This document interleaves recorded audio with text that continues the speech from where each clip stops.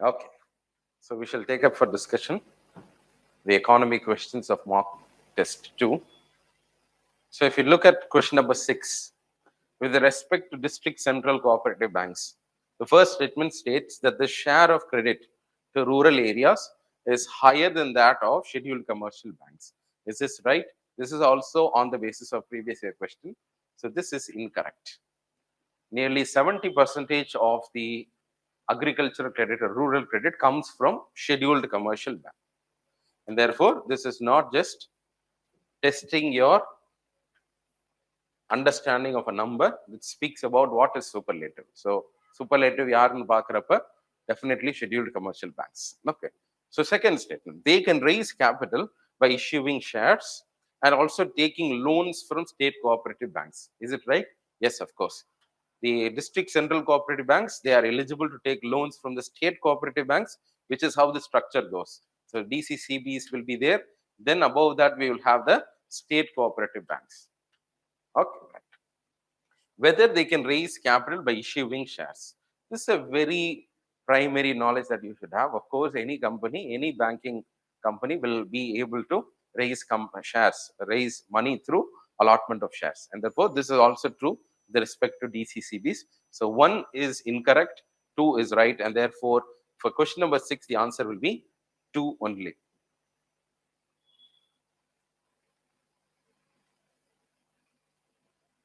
Okay. So question number 7, with respect to external debt vulnerability indicators over the last decade in India, consider the following statements. 1, India's external debt to GDP ratio has been consistently increasing over the last few years. So this is a trend based question. You need to know whether the external debt to GDP has decreased or increased. So you might be thinking that because of COVID, India would have raised more borrowings from abroad. But that is, according to your common logic, that's incorrect. Because even in the economic survey, there has been a statement which says that India's exposure to overall external debt has reduced because of the tapering, all the kind of monetary tightening that's happening across the world. It's becoming difficult for Indian players to raise debt from abroad. And that is why external debt as a composition, especially in the last year, has come down. Okay. And also, any kind of trend which says that in the last 5 years it has been consistently increasing, this is also incorrect. So you can either take certain exceptions to the words that are used in the statement and say that his no such trend will be consistently increasing. But this is not something that you should take as a rule. Sometimes, okay, in certain areas, this is also a bit true. But most of the time, these kind of statements could go wrong. So this is incorrect. 2, if you look at the number, in 21%, around 21% was the external debt to GDP ratio of India in the last year. This year, it has come down to 20 some point something. Therefore, this has seen a reduction. Some 2 years back, it was 22%. So it shows a gradual reduction only, not a consistent increase. So statement number 2, India's external debt is mainly on account of government borrowings. India's external debt is mainly on account of government borrowings. This is also incorrect. So here, external debt speaks about the debt that India incurs on the part of the balance of payment. So in the balance of payment, there are many other constituents which make a huge part of the balance of payments. And therefore, in the external debt, the highest is contributed from the external commercial borrowings. And therefore, this is incorrect. India's government's debt is in fact very low. So 1 is incorrect, 2 is also incorrect. The answer will be neither 1 nor 2. Question number 8, with respect to Indian economy, consider the following statements. If inflation is too low, the RBI is likely to buy government securities. Whether this is right or wrong. Right. Inflation is too low, which means there is no money supply in the market. And therefore, by buying government securities, the government, the RBI, will be pushing or infusing money in the market. And therefore, in this particular statement, if the inflation is too low, then obviously the Reserve Bank of India is likely to buy government securities. So this is a very standard statement which checks your knowledge regarding open market operations. Okay. So this is not the key. You can look at statement number 2 and eliminate the answer. Okay.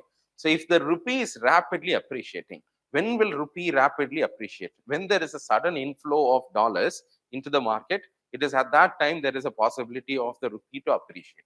So when rupee is appreciating in the context of inflowing dollars, what will the RBI do? RBI will have to absorb the dollars, not sell. And therefore, when it's selling more, then there is a possibility of the rupee again appreciating. So what should the RBI do? It should buy dollars, absorb those dollars, and should not sell those dollars. And therefore, this is incorrect. This is also on the basis I've just tinkered with the value. Last year, there was a similar question where they had put too high. I've just interchanged the words here. Okay, so 2 is incorrect. You remove 2, you get the answer. 1 and 3. If the interest rates in the USA or European Union were to fall, that is likely to induce RBI to buy dollars. This is also true because their interest rate is low. RBI will be able to purchase more dollars. Okay, right. So question number 20. Which of the following term explains the term poison pill? This poison pill was named. There is a very important website for economy related terms called as Investopedia, isn't it? You could have heard about that. The Investopedia every year comes with the name of the year. ரொம்ப முக்கியமான economic term. அதுல poison bill அப்படின்றது it's an important term that has been named as a term of the year, economic term of the year அப்படின்னு சொல்லியிருக்காங்க. So what is poison pill அப்படின்னு சொன்னா, answer option A is the correct option. That is the strategy that is to take control of the company by buying large amount of its stock. So what is this? You can see that there was a, if you look at, I think, yeah, this. Okay. So acquisition of one company by another corporation against the wishes of the farmer. இது வந்து hostile takeover அப்படின்னு சொல்லுவாங்க. This is called as hostile takeover.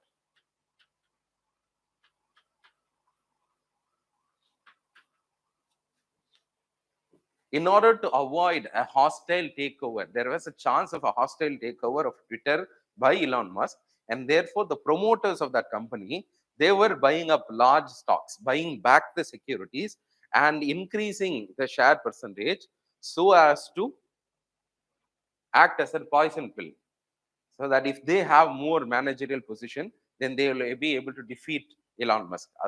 It's a strategy to avoid hostile takeover. So option A is the correct option.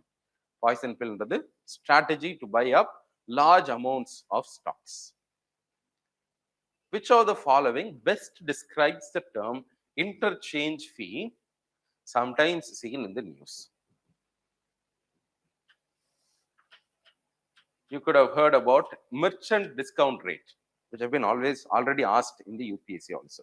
So in the merchant discount rate, whenever you go and pay using your debit card or credit card, then there will be an extra charge which you need not pay, but the shopkeeper may sometimes charge you. It's in fact wrong to charge you. What is that?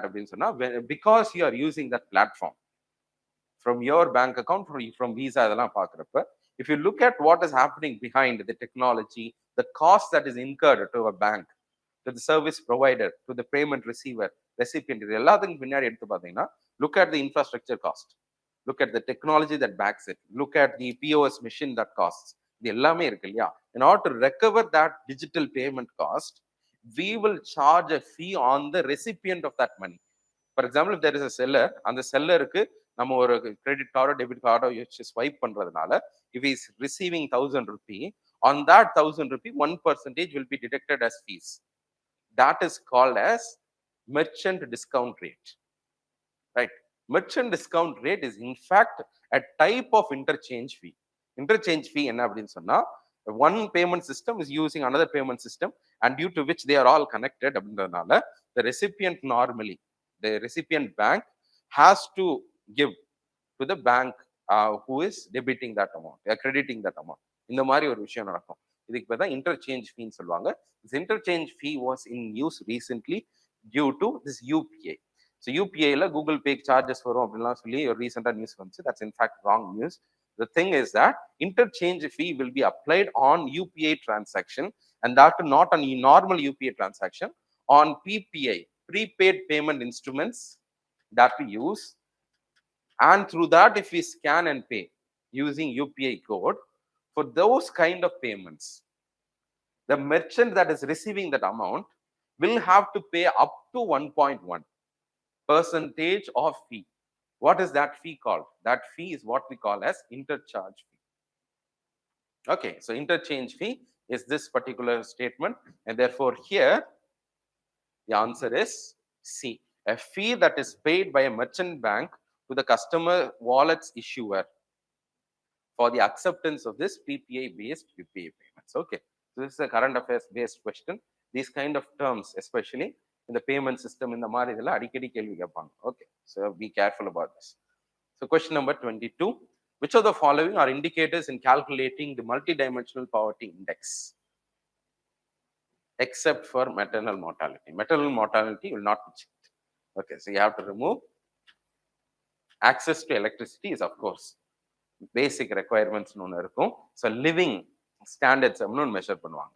So health, education and living standards, these are the three main parameters. எல்லாத்துக்கும் 1/3 weightage இருக்கும். Under the living standards, access to electricity is one parameter that we'll be checking. Health, child mortality we will check. We will not check what? Maternal mortality. So we have to remove 1, 2 and 3. Option B. Question number 22. Which of the following are deemed necessary for macroeconomic stability? The answer is quite simple here. ஒரு இதை வச்சு eliminate பண்ணலாம். Higher fiscal டெபிசிட்ன்றது macro economic stability எப்பவுமே கொடுக்குமா? This is only for a short term. Maybe counter cyclical இருக்கணும்ன்றதுக்காக we can go for a higher fiscal deficit, but this is not always going to be necessary for macroeconomic stability. So remove 3. And now definitely export competitiveness is always going to be very good for the economy. 4 should definitely be there. So 4 இல்லாத ஒரு option இருக்கு இது. So you eliminate C. So option is B. 39, 1, 2 and 4. Consider the following. Question number 40. Lower interest rates, deflationary situation, higher fiscal deficit, higher bond yields. Which of the following are generally associated during a recession phase? Recession phase means GDP is low. When GDP is low, what will happen? There could be a lower interest rate, definitely. Higher fiscal deficit, deflationary situation. They are saying generally associated, isn't it? Very rarely we will have deflation, because in extreme condition of the inflation completely reversing itself, minusல போயிட்டு இருக்கிறதுக்கு பேர் தான் deflation. Recession சொன்னாலே minusல போகணும் எந்த அவசியமே கிடையாது. It will be undergoing a disinflationary situation, not a deflationary situation. So this is not a necessary parameter. 4, higher bond yield. Another question. When the interest rates are low, bond yields or the expectation of bond yields will also be low. And therefore, இதுவும் எப்பவுமே வேற மாதிரி reverse ஆகாது. It is the price and the yield which will go inverted. The interest rates and the yield will always stay together. If the higher interest rate, the yield will also be higher. Therefore, இது இருக்குன்னு சொன்னா இது வரக்கூடாது. So eliminate 4. You now have 2, 1, 2, 3 இருக்கு. 2 also is not a possibility, because the question is generally associated. So the option will be A, 1 and 4.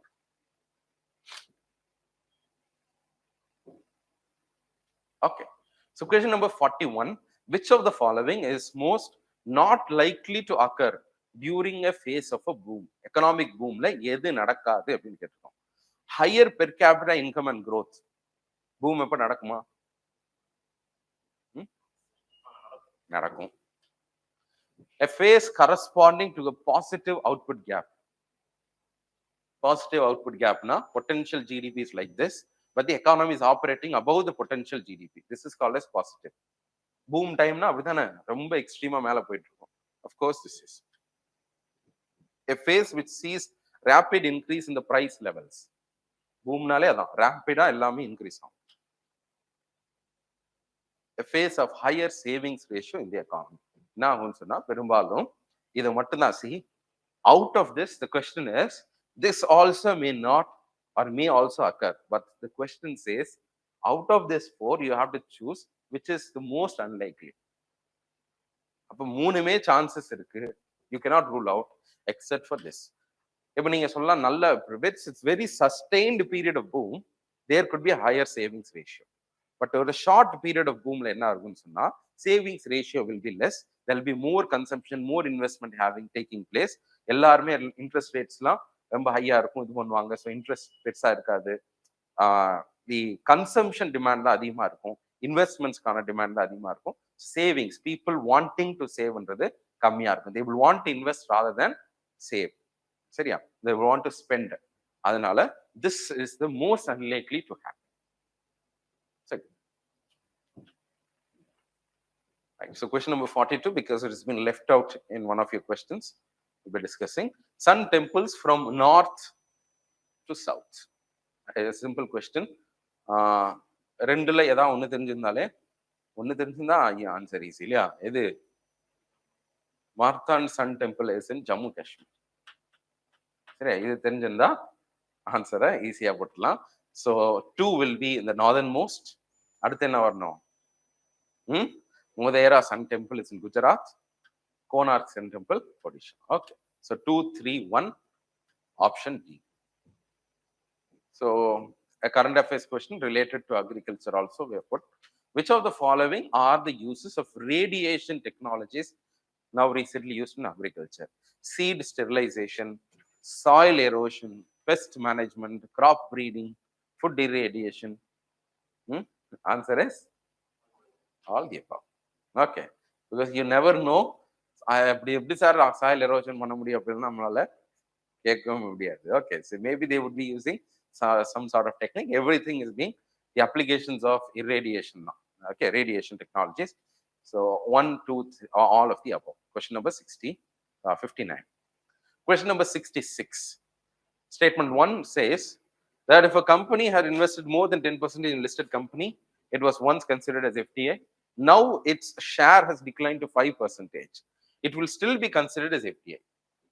That's right or wrong? Yes. Once an FDI, always an FDI என்ற ஒரு rule இருக்கு. அதான் இந்த question. Okay, right. Second, in unlisted private companies, all foreign investments are considered as FDI. Yes, this is also true. So when it comes to FDI and FPI, there are 3 rules, right, by the RBI. One, listed companyல தான் ஷேர்ஸை வந்து percentages நம்ம calculate பண்ண முடியும். And therefore in a particular company, if the company is investing, let's say ஒரு 100 shares வாங்குறாங்கன்னா, if it's 1%, it will be considered as FPI. If they are buying so much of that company, why அந்த மாதிரி அதிகமா வாங்குறாங்கன்னா, to control the company, management control take over. அதனால தான். So அதனால management control take over பண்றீங்கன்னா, they are going to make investment decisions in India. And that is why, even though they have invested only in stocks, it will be considered as FDI. அதனால 10% மேல போயிடுச்சுன்னா அது மாறும். And the follow-up rule is that once you have been categorized as FDI, your position in India should be FDI, irrespective of how much it declines. ரெண்டாவது என்ன அப்படின்னு சொன்னா, in an unlisted company, which is a startup or venture capital investments வருது அப்படின்னு சொன்னா, in an unlisted company, there is nothing called as share here. Open up. அப்போ I have given 2 crores. With which privately we have discussed to buy 30% of shares. அப்படின்னா direct investments தானே அது. So அதில் வந்து 1%, 2% in fair value assessment எதுவுமே நடக்காது அங்கே. And therefore whatever you invest, it will be considered as FDI. So both 1 and 2 are correct. So question number 66. Right.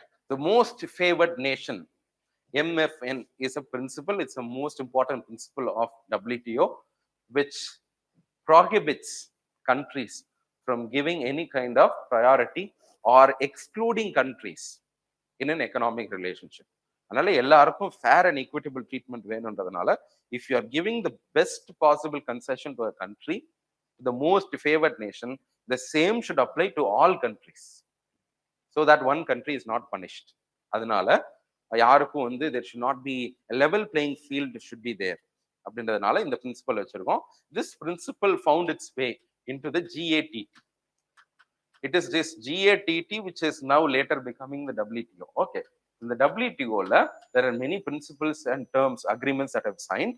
அதில் எதில் இருக்கு அப்படின்னு சொன்னால் GATS, General Agreement on Trade in Services, which is of course an expansion of the GATT. GATTல வெறும் trade மட்டும்தான் இருந்துச்சு.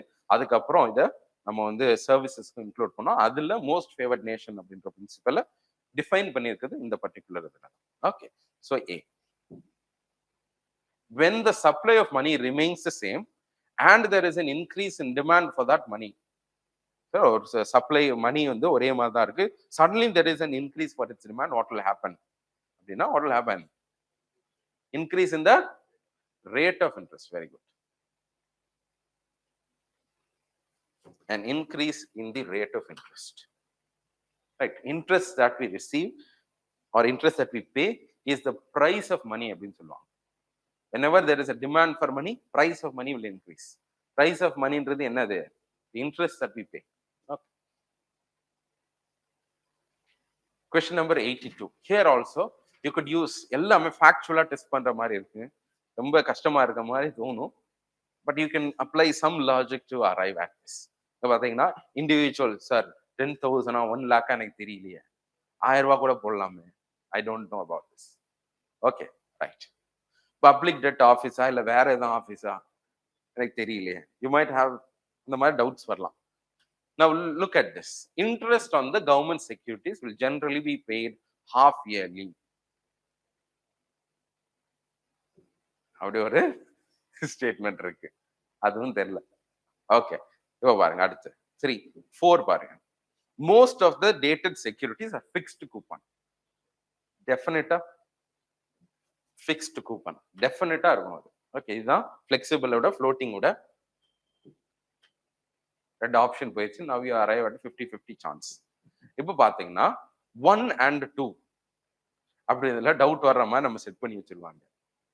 அதானே, நீங்க ஒன்னு இதை சூஸ் பண்ணணும் இல்லை இதை சூஸ் பண்ணணும். If you don't choose this then you are doubting 1 and 3. அப்படிதானே. ஸோ 1 பாருங்க, இன்ட்ரெஸ்ட் அப்படின்றது நம்மளுக்கு தெரியல, ஹாஃப் இயர்லி எப்பவுமே இயர்லி பேசிஸ்ல தான் இன்ட்ரெஸ்ட் சொல்லுவோம் அப்படின்னு உங்களுக்கு வருது. பப்ளிக் டெட் ஆஃபீஸ், இது தப்புன்னு உங்களால சொல்ல முடியுமா அப்படின்னு ஒரு தெரியல, ஏதோ ஸ்டேட்மெண்ட் இப்படி கொடுத்துருக்காங்க வளவலன்னு. இதுல எதுவும் டவுட் பண்றதுக்கு சரி, one area in which you can cast your doubt. Public debt office அப்படின்றது ரிசர்வ் பேங்க்ல இல்லாம வேற எதுல இருக்கலாம், அல்லது RBI will have some other agency or office which is not named public debt office. இதெல்லாம் ரொம்ப ஃபார் ஃபெச்ட் கால், சரிங்களா? அதனால if you have to doubt, if you have to attend this, give the benefit that maybe பெருசா படிச்சது இல்ல, இது கரெக்டா இருக்கலாம் நான் அசியூம் பண்ணி you have to go with the option 1, 2, 3 and 4. சரிங்களா? சில நேரம் வளவலன்னு இருக்கும், நம்ம படிக்கிறப்பவே அதை எப்படி கெஸ் பண்ணணும்னு தெரியாது. அந்த மாதிரி ஸ்டேட்மெண்ட்ஸ்லாம் கரெக்டா தான் இருக்கணும் அப்படின்னு நினைச்சு விட்டுருவோம். சரிங்களா? 4 தடவை நம்ம படிச்சோம்னா தேவையில்லாம அதுல ஒரு குழப்பம் அதுல ஒரு குழப்பம்னு வரும். Therefore, all of this are right. So this is also, I thought that many of you would be knowing this particular statement. One half yearly தான், half yearly தான் காம்பவுண்ட் பண்ணி இயர்லில இன்ட்ரெஸ்ட் பே பண்ணுவாங்க. Okay, right. So 1, 2, 3 and 4, all of this are correct. India is the largest exporter of textiles and apparel in the world. China. Okay, so China is the answer here. India is the second largest crude steel producer in the world. Yes, this is correct. Okay, here yaar highest idhiliyum China. Okay, so 2 only is correct for this particular statement. Question number 83. Every scheduled commercial banks, local banks நிறைய போட்டிருக்கோம், shall maintain SLR. பேங்க்னு என்ன பேர் வச்சிருந்தாலும் shall maintain SLR இருக்கு. கரெக்டா? Yes. SLR can be maintained in the form of gold, cash and government securities. Yes. All NBFCs registered with the RBI need to maintain SLR? No, not all. In fact, one of the basic conditions of NBFC, they need not maintain CRR and SLR because SLR is a component which is defined in the Banking Regulation Act. NBFCs will not be coming under the Banking Regulation Act. So SLR under it's not specifically mandated for NBFCs. But in recent years, because of greater regulation supervision, for certain categories, for example, deposit taking NBFCs, and the Mari categories, as an exemption, the RBI has stipulated that they need to maintain some sort of cash assets. But அதுக்கு பேர் SLR நீங்க இப்படி maintain பண்ணணும்லாம் சொல்லல. And therefore this statement is incorrect. Okay, so if you go by the logic also, all under the extreme, NBFCs ன்றது எவ்வளவு NBFCs இருக்கு, எல்லாரையும் SLR னா மெயின்டைன் பண்ண முடியாது. So you remove 3, you get the answer. Okay, and also அதுதான் அது. இது கிடையாது. See here, I'm not checking your factual statement. Sometimes திடீர்னு factual வந்து நிற்கும், தெரியலையே சார், இப்போ பார்க்காம வந்துட்டோமே, ஆர்வி வெப்சைட் போகாம வந்துட்டோமே, தேவையே இல்லை. அது என்னது, it's just there to check your patience, அவ்வளவுதான். இதை வச்சு நீங்க ஆன்சரே டிரைவ் பண்ணக்கூடாது. Okay, some important clues here. Green டெபாசிட்ஸ்னா என்ன? What is green deposits? This is green deposit. 96, option B. A type of interest bearing fixed deposits. Right, interest bearing fixed deposits. இல்ல நீங்க நம்ம let's say நம்மள fixed deposit போறோம்ல, in the fixed deposits which are the liabilities of bank will be taken and be converted as assets or as normal loans. இல்லையா? green deposit என்னன்னா, நீங்க green depositன்றதுலயே போடணும். You will be receiving an interest. It could be higher, it could be lower, whatever is on the basis of demand, on the market conditions. ஆனா இதுல எவ்வளவு amount சேர்ந்து இருக்கும் green depositல, that amount should be given as loans only for green projects, not for any other purposes. சரியா? இதான் green deposits அப்படின்னு சொல்றோம். So initially, in order to channelize these deposits for green projects, there could be a condition where the bank is offering higher interest for green deposits. அப்பதான் நிறைய பேர் வந்து green depositல போடுவான். அப்பதான் green projects டைவர்ட் பண்ண முடியும். அப்படி போடலாம். Or let's say then when there is a CSR requirement that every bank should be making, every company should give funds அப்படிலாம் இருக்குன்னா, அந்த மாதிரி நீங்க வந்து டெபாசிட் போட்டீங்கன்னா, green deposit போட்டா உங்களுக்கு ஓகேனா, there will be a huge demand for green deposits. Automatically what will happen? The interest rates can become lower. எல்லாரும் வந்து இந்த டெபாசிட்ல வேணும்னு சொல்றப்ப இன்ட்ரெஸ்ட் ரேட் கம்மியாகும்ல. So அந்த மாதிரியும் possibilities are there. But this a framework for green deposit was recently launched by the RBI, and therefore we asked this question. Okay. Global competitiveness report is by World Economic Forum. So these are the questions. I think this is up நினைக்கிறேன். So 18 questions related to economy has come, out of which 14 questions is doable.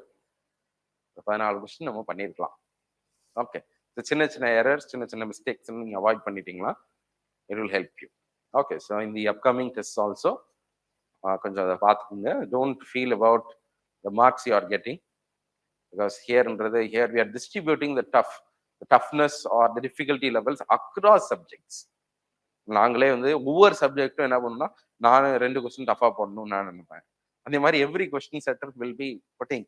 அப்படின்றப்ப நீங்க ஒவ்வொரு சப்ஜெக்ட்லயும் 3 கொஸ்டின்றப்ப 20 question ரொம்ப tough ஆயிடும். அங்க வந்து என்ன ஆகுதுன்னா, சம்டைம்ஸ் ஒரு சில ஃபுல் டாபிக்கே ஈஸியா இருக்கும், பாலிட்டி ஃபுல்லா ஈஸியா இருக்கும், ஹிஸ்டரி மட்டும் கஷ்டமா இருக்கும், அப்படி வரும் அங்க. பட் ஹியர் சம்டைம்ஸ் உங்களுக்கு தெரிஞ்ச ஏரியாலேயே டஃபா வந்துடும் சிலது. That's why sometimes the marks that you obtain here is not going to be so much reflective of what you are going to obtain in your prelims. Okay, nala just use this as a learning experience. We'll see in the next mock. Okay, right, we are going to see the polity questions which came in the mock test number 2. Question number 9. District court is referred to as sessions court when it exercises its jurisdiction on criminal case. If it is a district court, it will deal with a district court dealing with civil case is called as district court. A district court dealing with criminal case is called as a sessions court. That is what is the statement. So this is not a civil court. If it is a criminal court, it is called as sessions court. So this is wrong. District judge has the power to impose any sentence including death. Yes, The district judge can even impose death penalty, right? So this is a right statement.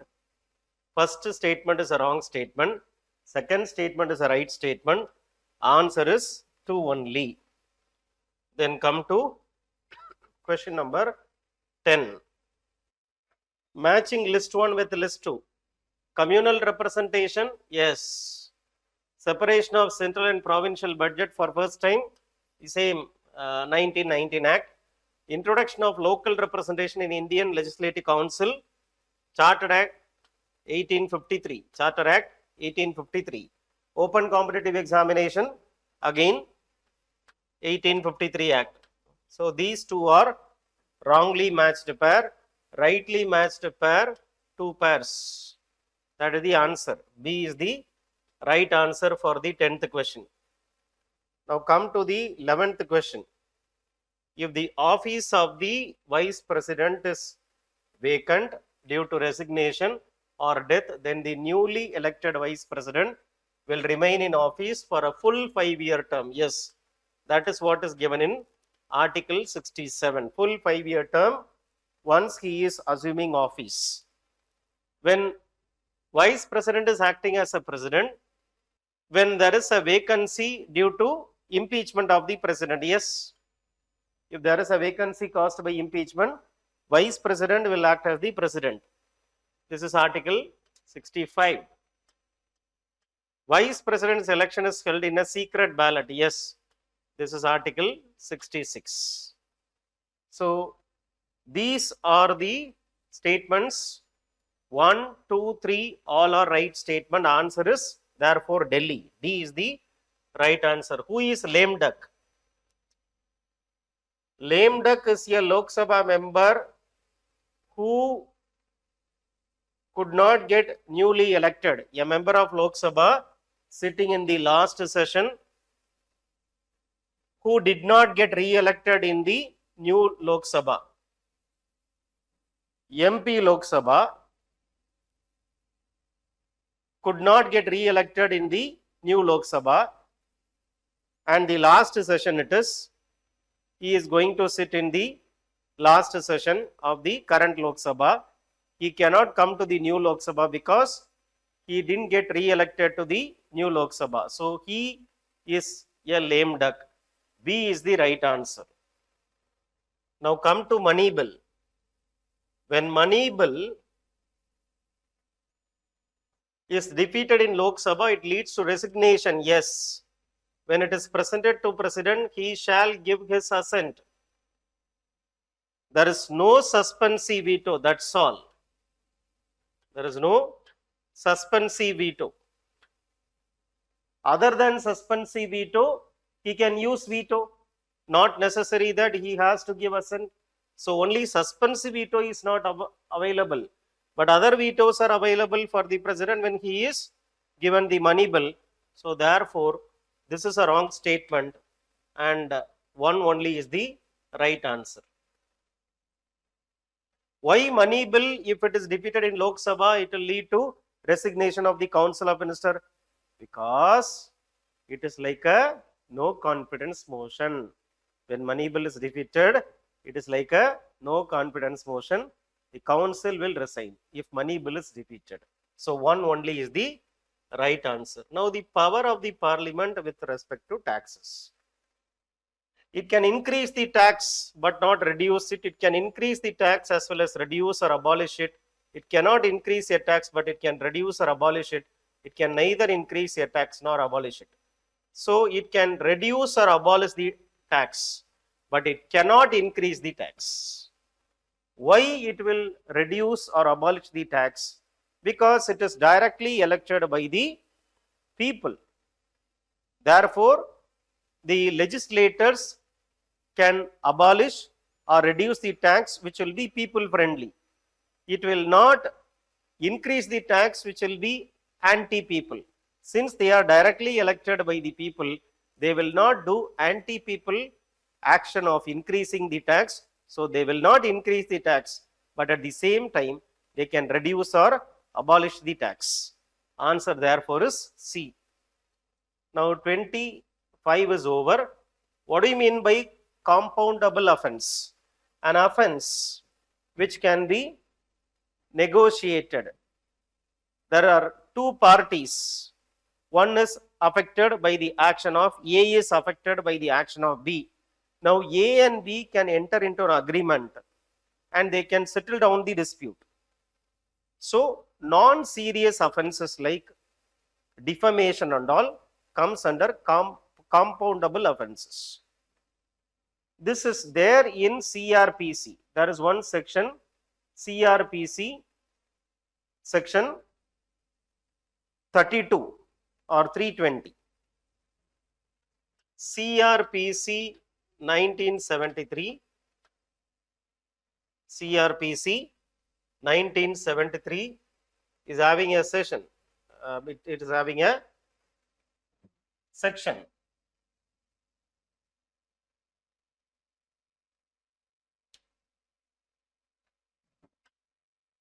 Section 320, which gives you a list of offenses which are compoundable offenses, which does not require the court's approval. There are certain circumstances in which compoundable offenses does not require the court's approval. Which means what? There are some other offenses which is not specified in 320, which requires court's approval. So there is an offense, you are converting that into a compromise. That is what is called as compoundable. When without court's approval, you can compound the offense. Section 320 of CRPC says, which means that there is no need for court's approval is a wrong statement. Section 320 says there are certain circumstances in which no approval of the court is needed, which means that there are other circumstances not mentioned in 320, section 320 of CRPC, which requires court's approval. So this is a very blanket statement. Only there are certain circumstances mentioned in this section 320 of CRPC that does not require permission of court, whereas the other cases require permission of the court. So this is a wrong statement. In non-compoundable offense, even the court does not have the authority to compound such offense and the trial ends with acquittal or conviction. See, if it is a non-compoundable offense, then the court cannot convert into compoundable offense. Understand this? If there is a non-compoundable offense, which means serious offense which cannot be compromised. If A is murdering a relative of B. Now it is not that A and B will enter into an agreement that the one who has murdered, he will give compensation to the family of the victim and therefore the case will not happen. That is not the issue, no. That cannot happen. Very serious offense like murder and all comes under non-compoundable. Non-compoundable means what? It cannot be settled by just an agreement between the two parties of dispute. You have to go to the court. Okay, and court will have to either punish you or it has to free you. Even court cannot convert non-compoundable offense into compoundable offense, non-compromisable offense to compromisable offense. So that is what the statement, and therefore this statement is a right statement. In compoundable offense, cases are generally filed by private person, while in non-compoundable offense, cases are filed by the state. Yes, murder and all, who will file the case? State only will be the one who will file the case, right? So this is like a criminal case. In criminal case, who will file the case? Not the family of the victim, they will file the case. The state itself will file the case. And the public prosecutor will try to prove the criminal offense committed by the accused. Whereas the private lawyer of the accused will try to defend his client, try to prove that his client is innocent. So that is the difference between civil case and criminal case. In a civil case, if I am the affected party, I will go to the court. In criminal case, I am the affected party. I will not go to the court. The government on behalf of me will file a case in the court and prove the commission of the offence. Understood? That is the difference between civil case and criminal case. So this is also a right statement. Answer therefore is 2 and 3 only. 46. Governor and president have concurrent power to commute a death sentence. Yes. Governor cannot reserve money bill passed by the state legislature for the assent of the President of India. Governor cannot reserve a money bill. He can reserve the money bill, but the only thing is no suspensive veto, that's all. Cannot say reconsider. So this is right, this is wrong. Cannot, can is the right answer. Answer therefore is 1 only. Which of the following parliamentary committees have members from both Lok Sabha and Rajya Sabha? Yes, 15 Lok Sabha, 7 Rajya Sabha, only Lok Sabha. In case of Lok Sabha, it is 15. Separately, there is a privilege committee for Rajya Sabha. There is only 10. Department related standing committee, 21 from Lok Sabha, 10 from Rajya Sabha. Totally 31. So both means this and this, 1 and 4.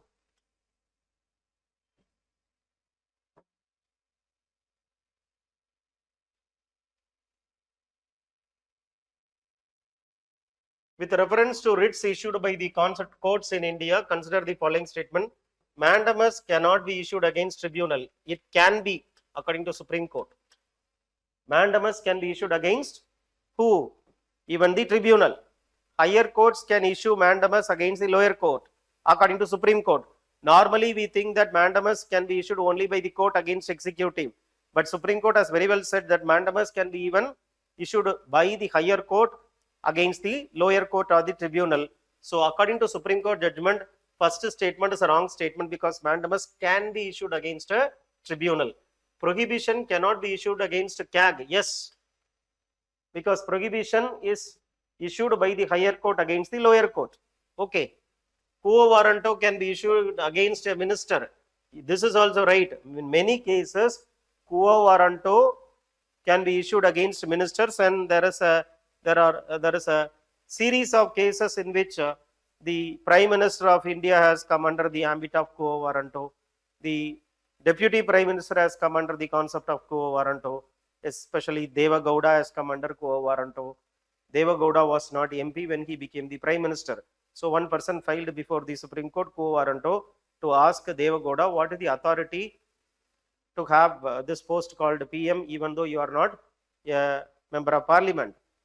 Same is the case of Devilal, who are the Deputy Prime Minister. So one person went to the Supreme Court, asked for issuing quo warranto against Devilal because Devilal took oath as Deputy Prime Minister even though there is no concept of Deputy Prime Minister in the Constitution. So we have ample number of cases to tell that quo warranto can be issued by the court against, by the Supreme Court against, or High Court against the minister. Because quo warranto means what? It can be issued by the High Court or Supreme Court. It can be issued against the public authority by the Supreme Court or High Court.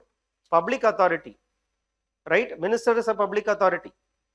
Very well, minister is a public authority. So quo warranto can be issued by the High Court or lower, by the High Court or Supreme Court against a minister. So this is a correct statement. Answer therefore is 2 and 3 only. This is a wrong statement. Mandamus can be issued against tribunal. 2 and 3 both are correct statement. Answer is 2 and 3. Supreme Court recently said, read the question. Supreme Court recently stated the grant of access to break the monotony of imprisonment and enable the convict to maintain continuity with family life and integration with society. What is this X? There is a concept called as furlough. That is the answer. A person has been sentenced to jail for a very long period of time. Imprisonment is a very long period of time. Okay. So he is there in the jail for a very long time. There is so much of monotony in the jail. To break the monotony, he can go to his house for a maximum 14 days, and that is called as what? Furlough. Parole is given to a person who is relatively in the jail for a smaller period of time, and only in case of specific exigency. Only in case of specific exigency. And the maximum time period of parole is 1 month. So, for example, there is a person in the prison. There is a very important emergency situation in his family. He has to go to attend that emergency situation in the family. Okay. For that, parole is given. There is no such emergency situation and all, but this person is in the jail for a very long period of time. Let him go to his family, live in his house for 14 days maximum, and that is called as furlough. Okay.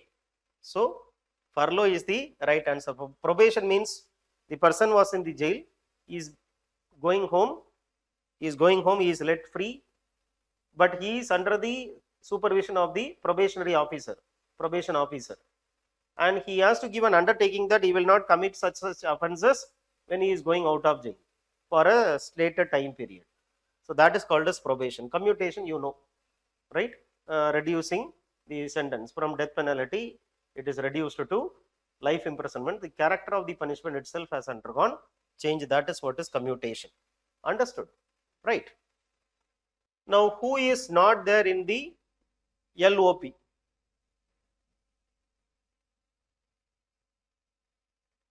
Which of the following officers will be selected based on the recommendation of selection committee where leader of opposition is a member? Where leader of opposition is not a member, very easily you can identify in Press Council of India chairperson appointment, leader of opposition is not a member at all.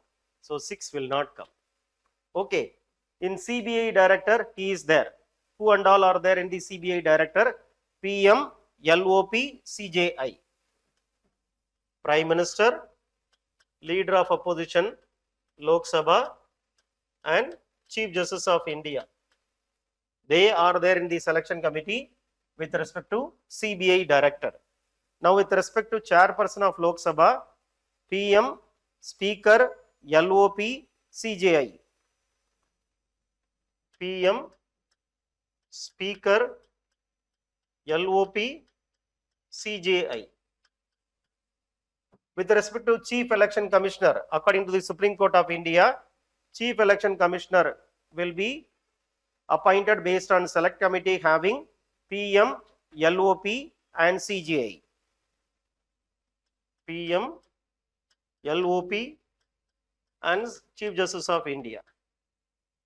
Central Vigilance Commission, who and all are there? PM, Home Minister, LOP. PM, Home Minister, leader of opposition party. Chief Information Commission, who will be there in the select committee? Chief Information Commission, PM, LOP, Cabinet Minister. PM, LOP, Cabinet Minister, nominated by Prime Minister.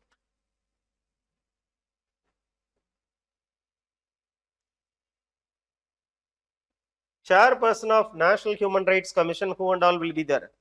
PM, LOPs, Speaker, Deputy Speaker. PM, LOP, Lok Sabha, LOP, Rajya Sabha, Speaker, Deputy,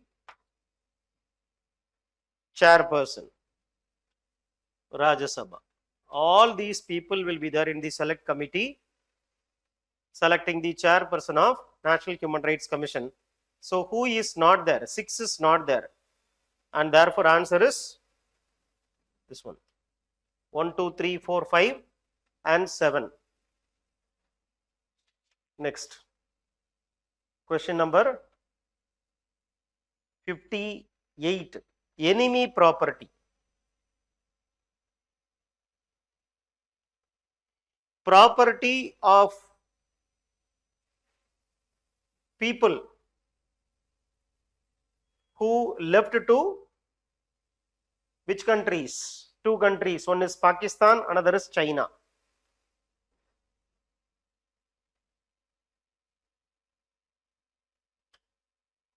B is the right answer. Properties in India which are left behind by people who took citizenship of Pakistan and China during the partition. There is an Enemy Property Act 1968 and this act was amended in 2017. No legal heirs can demand for their ancestral property which they have left in India and they have went to Pakistan or China, taken their citizenship. Right. So before this amendment, some successors of these people who went to Pakistan and China, they can claim their ancestor property in India. But 2017 amendment says, nothing doing, no one can claim the enemy property. Right? Enemy means what? Enemy is the citizen of a country with which India is at war. Okay. Enemy means citizen of a country with which India is at war. India had war with Pakistan. India had war with China. So citizens of India who has taken up citizenship of China and Pakistan because of war or partition, they should be called as enemy, and their property in India should be called as enemy property. So answer is B. Next. Who among the following can be appointed as returning officer for the election to the office of president? You know that who and all will be appointed? Secretary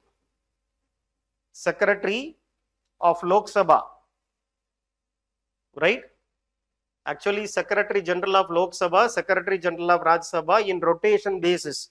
If this president's election, Secretary General of Lok Sabha is the returning officer. In the next president election, Secretary General of Rajya Sabha will be the returning officer. Who is appointing somebody as a returning officer? Who is conducting the election of president? He or that office only appoint somebody as a returning officer, which means Election Commission of India only will appoint Secretary General of Lok Sabha and Secretary General of Rajya Sabha as a returning officer in rotation basis. So C is the right answer. NCT, yes, Chief Minister is appointed by President. Lieutenant Governor can act in his discretion, which falls outside the purview of the power conferred onto the Assembly of Delhi. Yes, it is a right statement. According to 239 AA, the article here is 239 AA. Based on this article, first statement is right. So second statement is also right. So B, C, 1 and 2 only, both 1 and 2.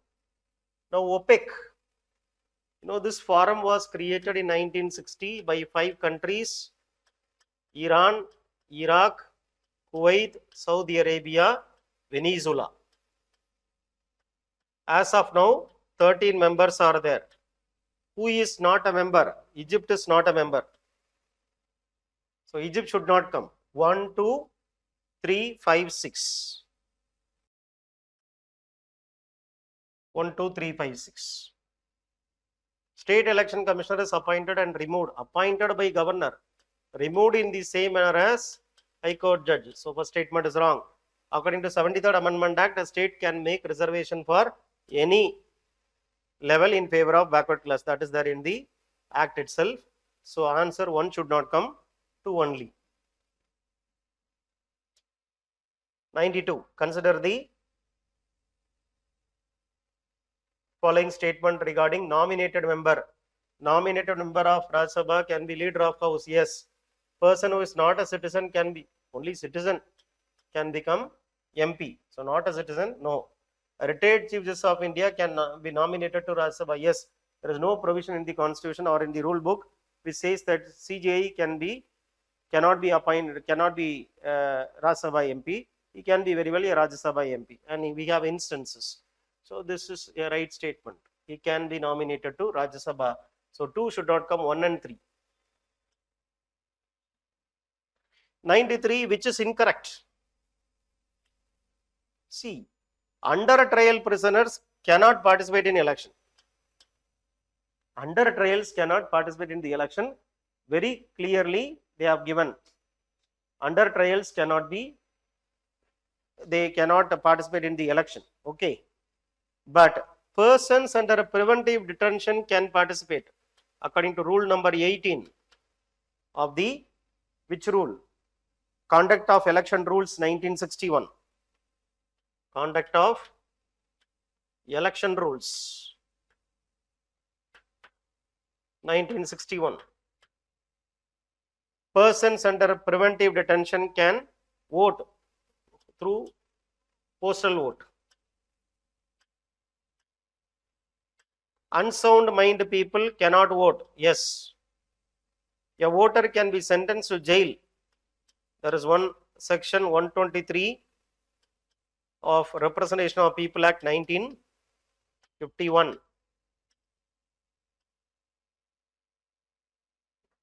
which says that if you take a lift, then you will be, a voter can be sentenced to jail if you take a lift from the candidate or the candidate's agent to go to the polling station.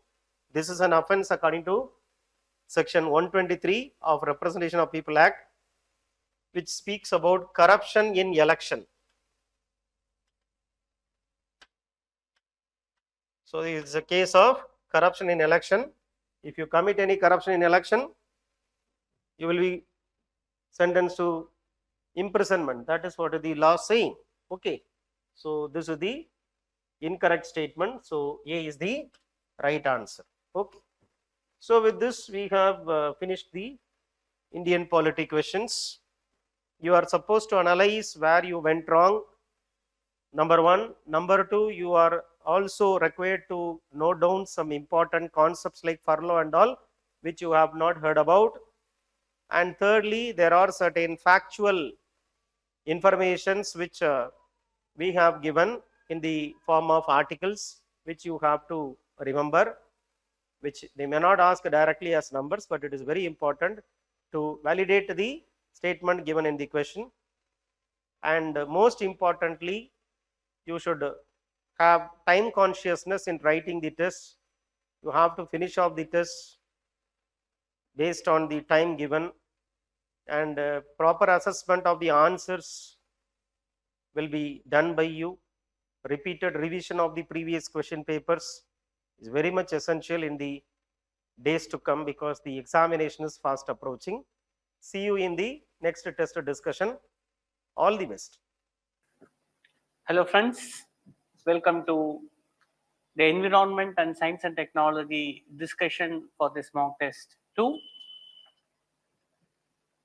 Let us see question number 1. Consider the following bodies, authorities and funds which are created under Wildlife Protection Act 1972. What are the authorities created under this?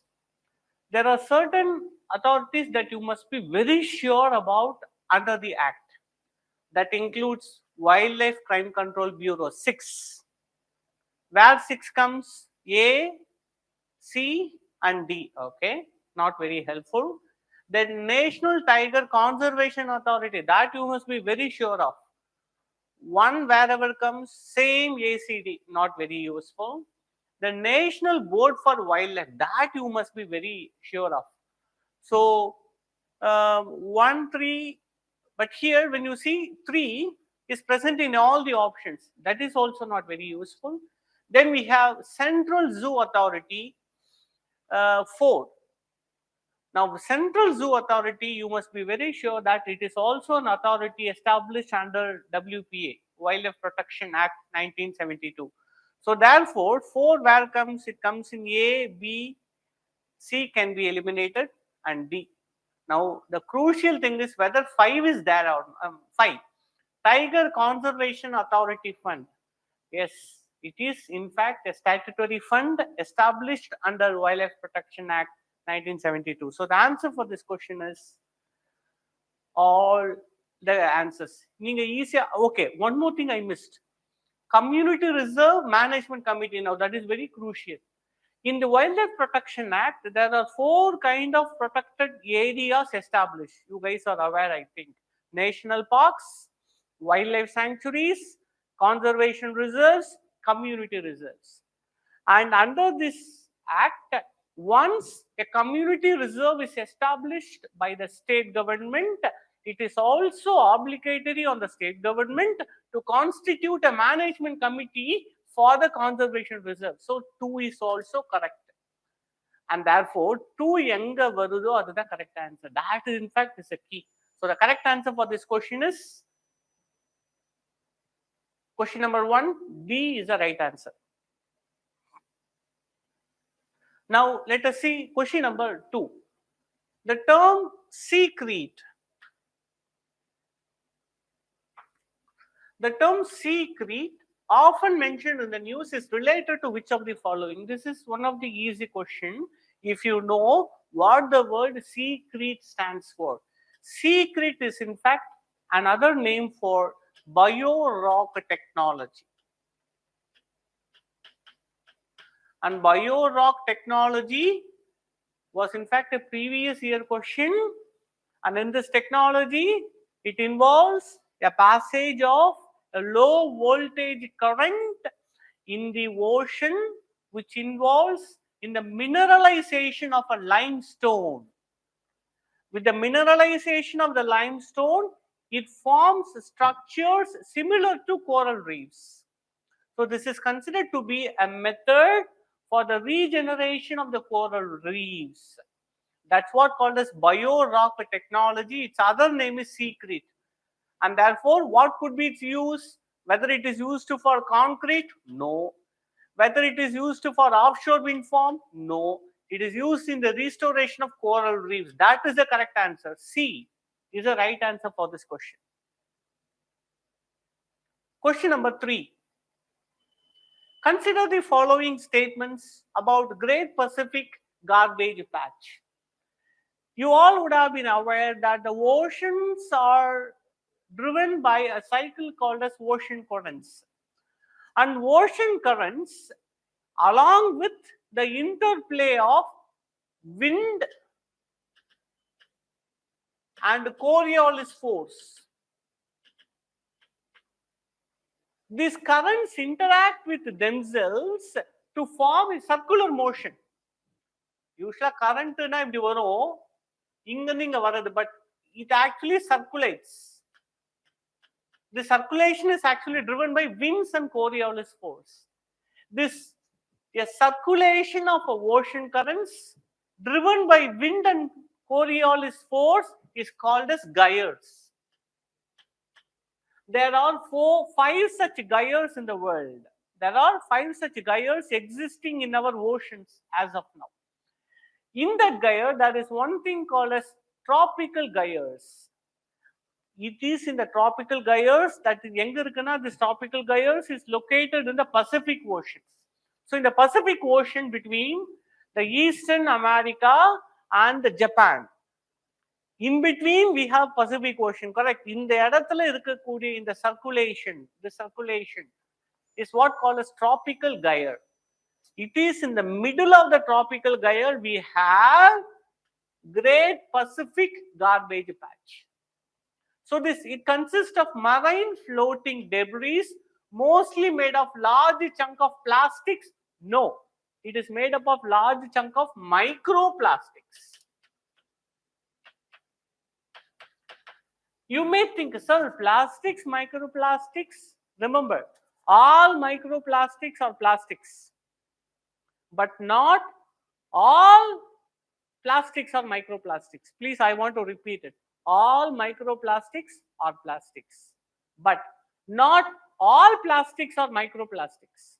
Specifically, about 90% of the debris is microplastics, and therefore it cannot be called as simply plastics. It is wrong. So this one is wrong. The second statement, the garbage patch is formed due to the oceanic winds and Coriolis forces, which I have said earlier. Yes, that's perfectly correct. So the correct answer is 1 is wrong. So this 2 can be eliminated, and the correct answer is 2 only.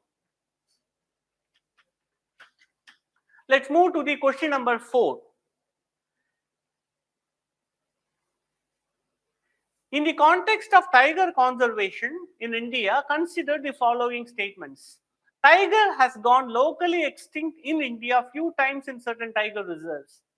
This sadly has been true. In fact, there has been 2 occasions where tiger has gone locally extinct. The 2 is Sariska Tiger Reserve. This actually happened around 2008. It happened around 2008. Sariska Tiger Reserve of Rajasthan and Panna Tiger Reserve of Madhya Pradesh. In these 2 erstwhile tiger habitats, the tiger has gone locally extinct, and therefore the government was forced to appoint a committee to investigate why that happened. And upon the recommendations of an expert committee, it was recommended for the relocation of the tigers into these habitats from other tiger reserves. That was also done. So in India, tiger relocation plan has already started even before cheetah reintroduction plan had been done. So that is the context for this question. So first one, tiger has gone locally extinct in India a few times. Correct. 2 times it happened. Twice. So 1 is correct. And therefore, this can be eliminated. This can be eliminated. Second statement, the protection of all tiger reserves in India comes under the jurisdiction of Special Tiger Protection Force. Special Tiger Protection Force, first let us be very clear, it is not legally granted under WPA 1972. Tiger reserves enjoy the legal status under WPA 1972. Then you may think, oh, then STPF also. No, it is not. In fact, STPF is a recommendatory force of NTCA, National Tiger Conservation Authority, recommends the formation of Special Tiger Protection Force, STPF, on 13 tiger reserves that are chosen for the purpose. And who constitutes STPF? No police personnel. It includes only the forest service personnel. And where? 13 tiger reserves in our country. And therefore, we may think, oh, tiger reserves, tiger protection force. We may make that logical conclusion, which is not correct. And therefore, when it says the protection of some tiger reserves, na correct ah irundirukum. But all tiger reserves in the mode, this becomes wrong. This is not a correct statement. And therefore, 2 is wrong. Abdi paatha ungalku answer vandiruchu already. 2 is wrong. The correct answer is 1 only. M stripe. It is a tiger management tool only for tiger reserves. It includes GPS. It uses GPS, GPRS, and the remote sensing technologies only for the tiger conservation. It has nothing to do with elephant at all. And therefore, 3 is also wrong. The correct answer is 1 only. Then, 5th question. Pranam scheme and bio input centers. Pranam scheme, if we just have a look at that, just a minute. Pranam scheme, it actually stands for, it's an abbreviated name. Pranam is an abbreviated name. That Pranam stands for promotion of alternative nutrients. Promotion of PR, promotion of AN, alternative nutrients for agricultural management. So this is a scheme that promotes organic nutrients to be supplied to the agricultural process. One important speciality about this scheme, whenever we have a new scheme formed, we always have a way how it is to be funded. Pranam scheme is different. In what way it is different? There is no fund directly allocated under the budget. Then next question comes. Then you can say, this scheme is going to be a failure. No, it is not. This Pranam scheme, if we supply sustainable nutrients to the agriculture, what will happen to the subsidized fertilizer? That will decrease. So the aim of the Pranam scheme is to reduce the dependence on subsidized fertilizers. And what will happen if the subsidized fertilizer consumption is decreased? There will be savings. And that is the source. 50% of the savings from reduced subsidized fertilizers, will be allocated to the fund. So there is no direct budgetary allocation, but it is indirectly allocated from the savings through the reduced consumption of subsidized fertilizers. Bio input centers is also a center for the supplying of Jivamrit and Bijamrit to the farmers. So the rendathiyum paakumbodhu what it promotes, we can say it promotes natural farming in the agriculture. That is what the answer for this question, because nothing else is relevant to this two schemes. Natural farming in agriculture is what it promotes. Okay, let's move to the next question. Question number 15. Question number 15. Consider the following statements regarding nitrogen fixation. So nitrogen fixation simply means what? Nitrogen in the air, in the atmosphere, is brought to the soil. Is brought to the soil by the formation of ammonia or other nitrogen compounds. Now, how this happens? This happens by three means. One, lightning. Second, biological. Three, acid rain. Don't forget acid rain. Acid rain also is a source. Air landu kizha varum. The moon vadiyila it reaches the soil. From air to soil is what? The nitrogen fixation we are talking about. But here we are talking particularly about biological nitrogen fixation. The question talks about particularly biological nitrogen fixation. First statement, molecular nitrogen, N2. Yes, nitrogen is abundant in the atmosphere, but that is not a singular atomic nitrogen. It is a N2, molecular nitrogen. And this molecular nitrogen, it will be triple bonded to each other. Strongest bond. Moonu kaiyu sertha pirikadu kashtam. It's something similar to the triple bonded, and therefore it is strong. And that is what converted in the nitrogen fixation. Correct. First statement is perfectly correct. Second statement, it takes place in soil system but not in aquatic ecosystem. Just remember, last week mock test question where I asked a question about ocean fertilization. Can I say that photosynthesis happens only in soil, it does not happen in water? Can we say that? No. Similarly, wherever the bacteria is present, that photosynthesis will happen and also nitrogen fixation will happen, and therefore it is wrong to say it doesn't happen there. That is wrong. 2 is wrong. Just strike out wherever 2 comes. Now the third one, clover, soybean, peanuts. In fact, if you are aware, last year question were clearly explaining nitrogen fixing plants about this. All these are correct. The correct answer is 1 and 3. Question number 15, answer is 1 and 3. Question number 26, about Metaverse. Metaverse is a product of which company? Facebook. It is a product of Facebook. Usually, how do you browse through Amazon? You go to the website with the window that you see and you click whatever you want to order it. But imagine a scenario where you wear a goggle, a VR goggle. And there you go to the Amazon Kadamba which irukanga. There are different shelves. You go, you handle, you see, you pick. And meanwhile, you also see similar people like you browsing. You come out of the shop, you log out, you take out the VR, but even now there are other people shopping there. You go now once again, you see the interaction as a continuity. So this is what called as VR. It's an alternate world. and it's an alternative virtual world, which is a merger of virtual reality and mixed reality. It's a combination of virtual reality. You know what's a virtual reality? Virtual reality, normally what is virtual reality? Na, நீங்க அந்த goggle போட்டீங்கன்னா external world will be shut off.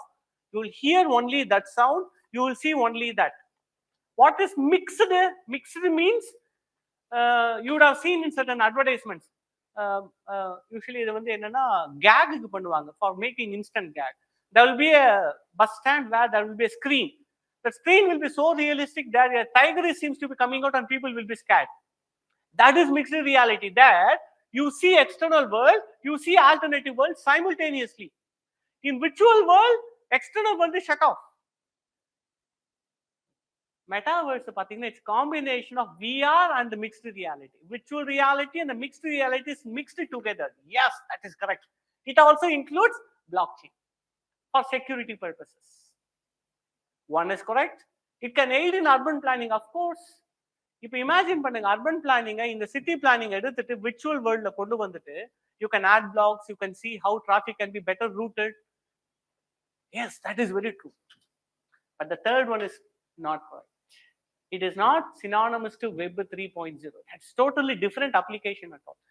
Web 3, we already asked questions about this in the previous test. Web 3 is about decentralized and a secure internet framework called as semantics web. Called as semantics web. So it has nothing to do with the metaverse. 3 is wrong. So wherever 3 comes, in fact, that's a clue. If you know that it has nothing to do with the Web 3, the answer is straight before your eyes. The answer is 1 and 2. Question number 33. India has more oceanic islands than coastal islands, correct? About, if I'm very sure, it's not accurate, but about 600, there are about 600 oceanic islands. There are 3 kind of islands, guys. Oceanic islands, west coast islands, and east coast islands. The largest number of islands is actually oceanic islands. The next is west coast islands. The least number of islands are found in the east coast islands. So first statement is very correct. Then the second statement, Coastal Regulation Zone Notification 2019. Let me add one point here. In 2014, central government appointed a committee called the Shailesh Nayak Committee to provide recommendations to bring necessary changes in CRZ, Coastal Regulation Notification. The result was published in 2018. And based on the recommendations of the Shailesh Nayak Committee, CRZ 2019 was notified. And therefore, third statement is correct. Upon second statement, the first CRZ notification was released in 1991 by the central government under the powers granted by EPA 1986. So EPA 1986 is a parent act for this regulation. That is correct. But one point is there are 4 zones, CRZ zone 1, 2, 3, and 4. But for some reason, they have not included islands, particularly the island of Lakshadweep, Andaman and Nicobar and Lakshadweep is not part of CRZ notification. That is a separate notification called as Island Protection Zones. Island Protection Zone notification, a separate notification for that are applicable for the island of Andaman and Nicobar and Lakshadweep. So second is a correct statement. First one is also correct statement. The answer is 1 and 2. And I'm sorry, third one is also correct. So answer is 1, 2, and 3. Question number 34. Which of the following statements about Wildlife Institute of India is correct? Consider the following statements. Wildlife Institute of India, you may come across this institute name many times, but it sounds like kind of an independent private organization.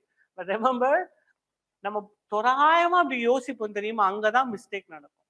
Okay, WII. In fact, those who use internet, you would have found most authentic information about the protected areas if you go to this website. அது என்ன வெப்சைட்னா நீங்க பாத்தீங்கன்னா WII ன்னு ஒரு website இருக்கும். That is a website where even I go for many references. இப்போ இதுல இருந்தே புரிஞ்சுக்கோங்க, இவங்க இண்டிபெண்டா இருக்க வாய்ப்பு இருக்கா? They are not a private body. They are in fact a premier research institution formed under MOEF, and it is funded through the grants of MOEF. It's not a private funded or a private organization. So second is wrong, one is also wrong. It is not an independent agency. It is an agency, a government agency under MOEF. And the third statement is perfectly correct. It is involved by NTCA, National Tiger Conservation Authority, in All India Tiger Estimation Surveys, which is conducted how many times? Once in every 4 years. Once in every 4 years, tiger survey, it is called as tiger survey, is conducted by NTCA for the tiger survey. It also ropes in WII, Wildlife Institute of India, is roped in by NTCA for this. And therefore, 3 only is a correct statement for this. Let's see the options now. The correct answer is A, 3 only. Let's see the question number 35. About mercury, they are asking about mercury. Mercury emissions can occur both naturally and anthropogenically. Is it correct? Yes, it's a correct statement. Like naturally, example, volcanic eruptions, forest fire. Anthropogenically, we have mining, coal mining releases, gold mining releases mercury. Yes, so 1 is correct. If 1 is correct, then this can be eliminated. Let's see the next statement. Mercury can undergo bioaccumulation and biomagnification. Biomagnification நடக்கணும்னா bioaccumulation first நடந்திருக்கும். அப்போ இது வந்தா இது correct. We already knew mercury, actually in which form? Methyl mercury can undergo biomagnification. You would have heard about Minamata disease of Japan. That actually mercury emissions were let off into the ocean waters. Ocean waters and the mercury present in the ocean waters were taken by the small fishes, which is eaten by the big fishes, which is eaten by humans. Magnification நடந்திருக்காங்க. So is also correct. So 2 is correct. Appo C can be eliminated. Now you have 1 and 2 or 1, 2 and 3. Let's see the third statement. For the Minamata Convention, Global Environment Facility acts as a funding agency. You should have known GEF acts as a funding agency for 5 important conventions. You know what are they? UNFCCC, UN, CCD, UN, UNCBD. Okay, I'll go with that. UNFCCC, UN Convention to Combat Desertification, UNCCD. 3, UN Convention on Biological Diversity, CBD. And the 4th, what is the 4th one? Stockholm Convention. And the 5th one, Minamata Convention. Yes, GEF is official funding partner. So 3 is also correct. Let me add another point. This is the official, but it also supports, GEF also supports Montreal Protocol. Add that information also. So 35th question, answer is 1, 2 and 3. Question number 51 about open source softwares. We have many open source softwares nowadays. Even Aadhaar was made as an open source software for people to use it for many purposes. That is true. It allows anyone to modify the source code of a software. Source code naamata vechitunda, it is a proprietary software. When it is available for anyone to modify, that is what called as open source software. How do we define what is open source or what is proprietary? It depends on the source code. If it is open for everyone, it is open source software. So first one is correct. Second statement, they may provide more security. For example, if it is a closed, if it's a proprietary software, only I have the source code. I know where there are backdoor entries. I know where there are vulnerabilities, and I decide whether to develop it or not. But if it is open source, everyone will be investigating it, and therefore it provides a higher level of security because many people will be using that software. They know where there are vulnerabilities, and they will report it as soon as they find it. அதனால தான் சொல்லுவாங்க Linux is one of the most secure platform because it is open source software compared to Windows. Windows is proprietary, Apple is proprietary, but Linux is not, and that is known to be more secure. That's the reason. So, two, yes, it provides higher security than proprietary software. Correct. Then Google has launched OpenForge platform. No, that is wrong. OpenForge platform is an initiative of who? Indian government. It is not an initiative of Google. So 3 is wrong. The correct answer is 1 and 2 only. Question number 55. Maybe you would have seen this in the news. Fukushima nuclear plant, after almost about 12 years of their waste management, they have accumulated a lot of water. They have to use a lot of water, right? And also it was raining also. All that water is accumulated there. And they have to let it off. They were planning to let it off into the nearby waters, nearby ocean water. And that's where the whole allegation is. They say that it contains more amount of which element? Tritium. You guys know that? Tritium. Tritium is radioactive. And it has a half-life of 12 years. It emits beta particle. These are extra points I would like to tell you. It emits a beta particle. Beta particle is nothing but which includes electron and a neutrino. That's what called as beta emission. Beta emission means the emission of the release of electron and a neutrino is what called as beta emission. And the last point, but within the human organisms, within the humans, within the living organisms, it has a half-life of only 5 to 7 days. Outside, its half-life is 12 years, but within living organisms, it has only a life of about 5 to 7 days. And the 5 to 7 days என்ன ஆகும்னா ஒன்னு அது பாடியில மாத்தப்படும் இல்லனா excrete ஆயிடும். So we usually say 5 to 7 days. And that's what we are talking about. Tritium. Tritium ஏன் அப்படி release பண்றாங்க? Because they are so one of the environmentally conscious country. How they can release tritium அப்படின்னும் போது என்னன்னா, the problem is tritium, can it be separated from water? It can be, but that is a problem. If there is a large amount of tritium in a small amount of water, it can be separated. But a small amount of uranium in a large amount of water, it's very hard to separate. இங்க இருக்கிறது ஜப்பான்ல இந்த ஃபுகுஷிமால பிரச்சனை என்னன்னா, there is a huge quantity of water, there is a small amount of tritium present, and they cannot be separated. And therefore, they have taken a choice to release it into the oceans, hoping that in about 12 to 15 years or so, the tritium will be gone. That's what they hope. But there are concerns about other countries. The tritium being radioactive, it will enter the food chain, and the food chain will be caught in the nets and which enter human food chain. So that's a concern with the nearby countries like New Zealand, Australia. They're concerned about that. But that's something that we have to wait and watch how this happens. But the point is, they already started releasing it. That's what the point is. And what is the contamination we are hoping to remedy? Tritium. So that's the answer. So 55th, the answer is A. Question number 56.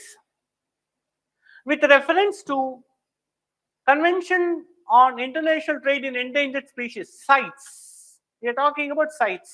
CITES Convention, which entered into force in 1975. Any species listed in the convention cannot be imported or exported. Look at the name. Convention on International Trade. So it is a convention that aims to regulate the trade of this species, endangered species, which includes both animals and plants, flora and the fauna. It is not aiming to ban the trade. It aims to regulate the trade because they know very well, once they ban it, then contraband market will flourish. They know it very well. So rather than banning it, they aims to regulate it. That is the reason they have 3 appendix. Appendix 1, 2 and 3. Appendix 1 being the most protective and appendix 3 being the least. So they aim to regulate, not to ban, and therefore 1 is wrong. There are 3 levels of protection. Yes, I told you, right? 3 appendix. Appendix 1, 2 and 3. So that is correct. And recently, Wildlife Protection Amendment Act 2022 was recently introduced, which results in rationalization of the schedules. In the earlier version of WPA 1972, how many schedules were there? 6 schedules. But with the amended act, there were only 4 schedules. And the schedule 4 includes CITES recommended species. And therefore, third statement is also correct. So what's the correct answer? 1 is wrong, 2 and 3 is correct. 2 and 3, B is the right answer. Let's see the next question about Mangrove Alliance for Climate. Mangrove Alliance for Climate was formed during COP27 in 2022, held in 2022. Also called a Sharm el-Sheikh conference, held in Egypt. So India is a founder member of the grouping, yes. Who are the members then? 7 countries. The 7 countries are in UAE, which is a host country, Indonesia, India, Sri Lanka, what's other one? Sri Lanka, Australia, Japan and Spain. Yes, 7 came. Japan and Spain. These were the 7 members, and therefore India is a founder member, correct. It is a voluntary association, correct. It is a voluntary association with no obligations on the member parties. The only aim is to replenish and recultivate the plantation of mangroves. So there are no obligations and there are no identifiable targets under the alliance. Correct. Second statement is also correct, and the answer is both 1 and 2. Question number 69 about nuclear and mitochondrial genome. When we take a cell, nucleus contains genes, which is called as nuclear genome, but we also have mitochondria having its own genome. Now the question is, what's the difference between the both? But remember, mitochondria would have function where nucleus would have function, and it is like a locker for DNA. That is a specific function. Nucleus would have function other than mitochondria would have function where energy production is the main function. But who DNA irukanga? Appo purinjikanga, who will be more specialized? Now remember this logic, then approach this question. Now a particular cell can contain several thousand copies of mitochondrial genome, but only 1 copy of the nuclear genome. Very correct. In our nucleus, we have only 1 copy of our genome. But in mitochondria, there will be multiple copies. That is very true. In fact, last year, if you remember this, and let me tell you, the inspiration for the statement actually comes from last year's Nobel Prize for Medicine. You know what's the Nobel Prize for Medicine for the last year? For paleontological applications. In the paleontological application, the particular scientist, I don't remember the name, sorry for that. He was making great improvements on these paleontological studies by studying the mitochondrial genome. He was worried because nuclear genome is only 1 copy. So the fossils that he was studying, it was so long in the past that they were degraded. So what is the best choice for him to see? The best choice is to find the mitochondria, because out of the 1,000 copies, some will survive. Some would have survived. And the point, in fact, I discussed this in the current affairs, I'm very well aware of it. In the point of then you know, then in fact, in that Nobel Prize, he chosen mitochondrial DNA for the study because there were many copies of genome found in the mitochondria. Now, that is a clue for this. So therefore, first is a correct one.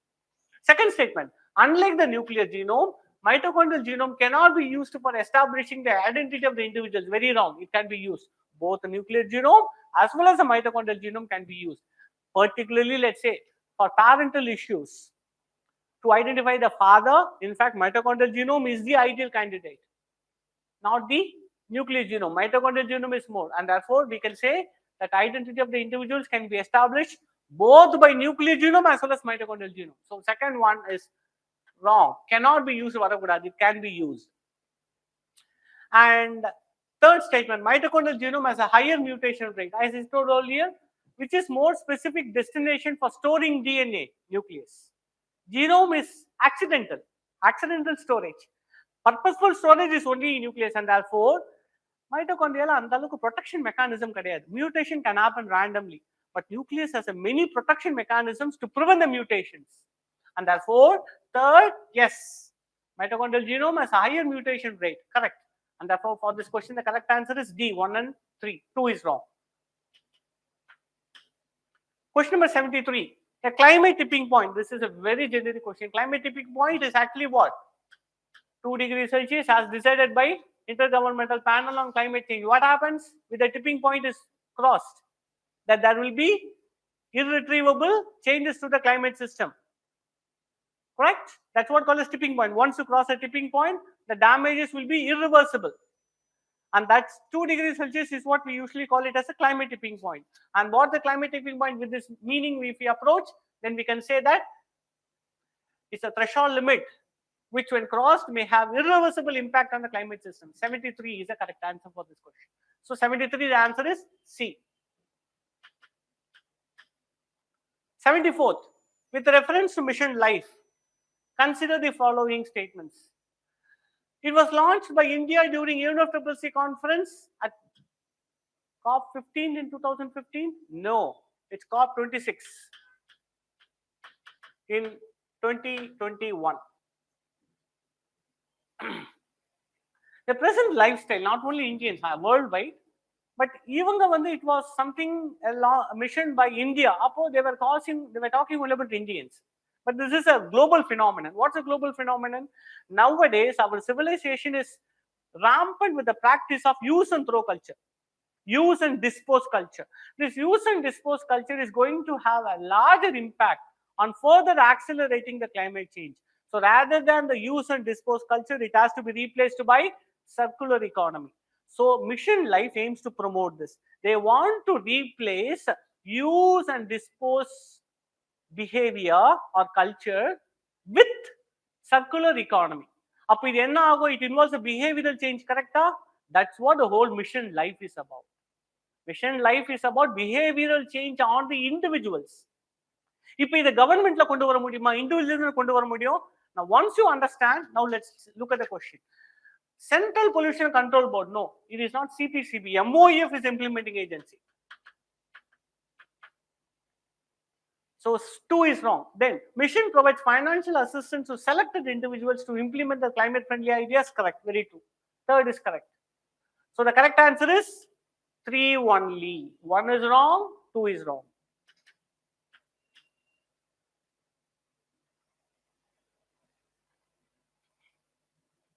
The next one, 75th question. Abidjan call. Abidjan call is in fact COP15 to UNCCD. COP15 to UNCCD. Just 1 minute.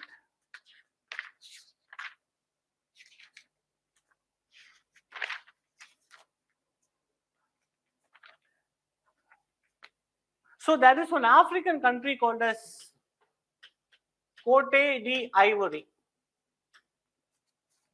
It is an African country. It is in this Cote d'Ivoire that 15th conference to UNCCD was held in 2022.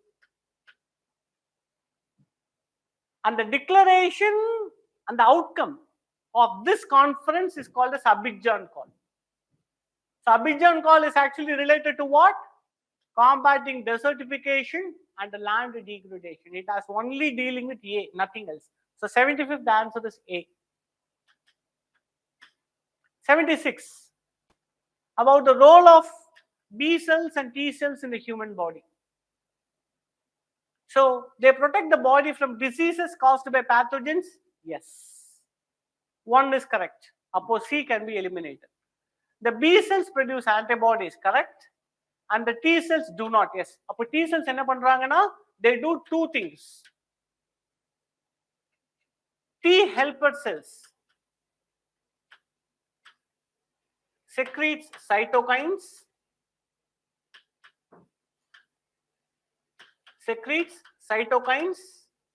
that helps in coordination of the immune system. T helper cells, they secrete cytokines that helps in the coordination of the immune system. What's the next one? Next one is T cytotoxic cells. T cytotoxic cell that helps in direct killing of infected cells. ஒருத்தவங்க இன்டைரக்டா kill பண்ணுவாங்க by secreting cytokines. The other one directly kills. So B cells produce antibodies whereas T cells do not. Correct. 2 is also correct, and therefore B can be eliminated.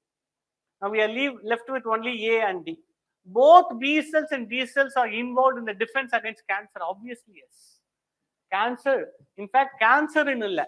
எந்த மாதிரியான ஒரு infection வந்தாலுமே, of course, B cells produce antibodies, T cells do some other thing.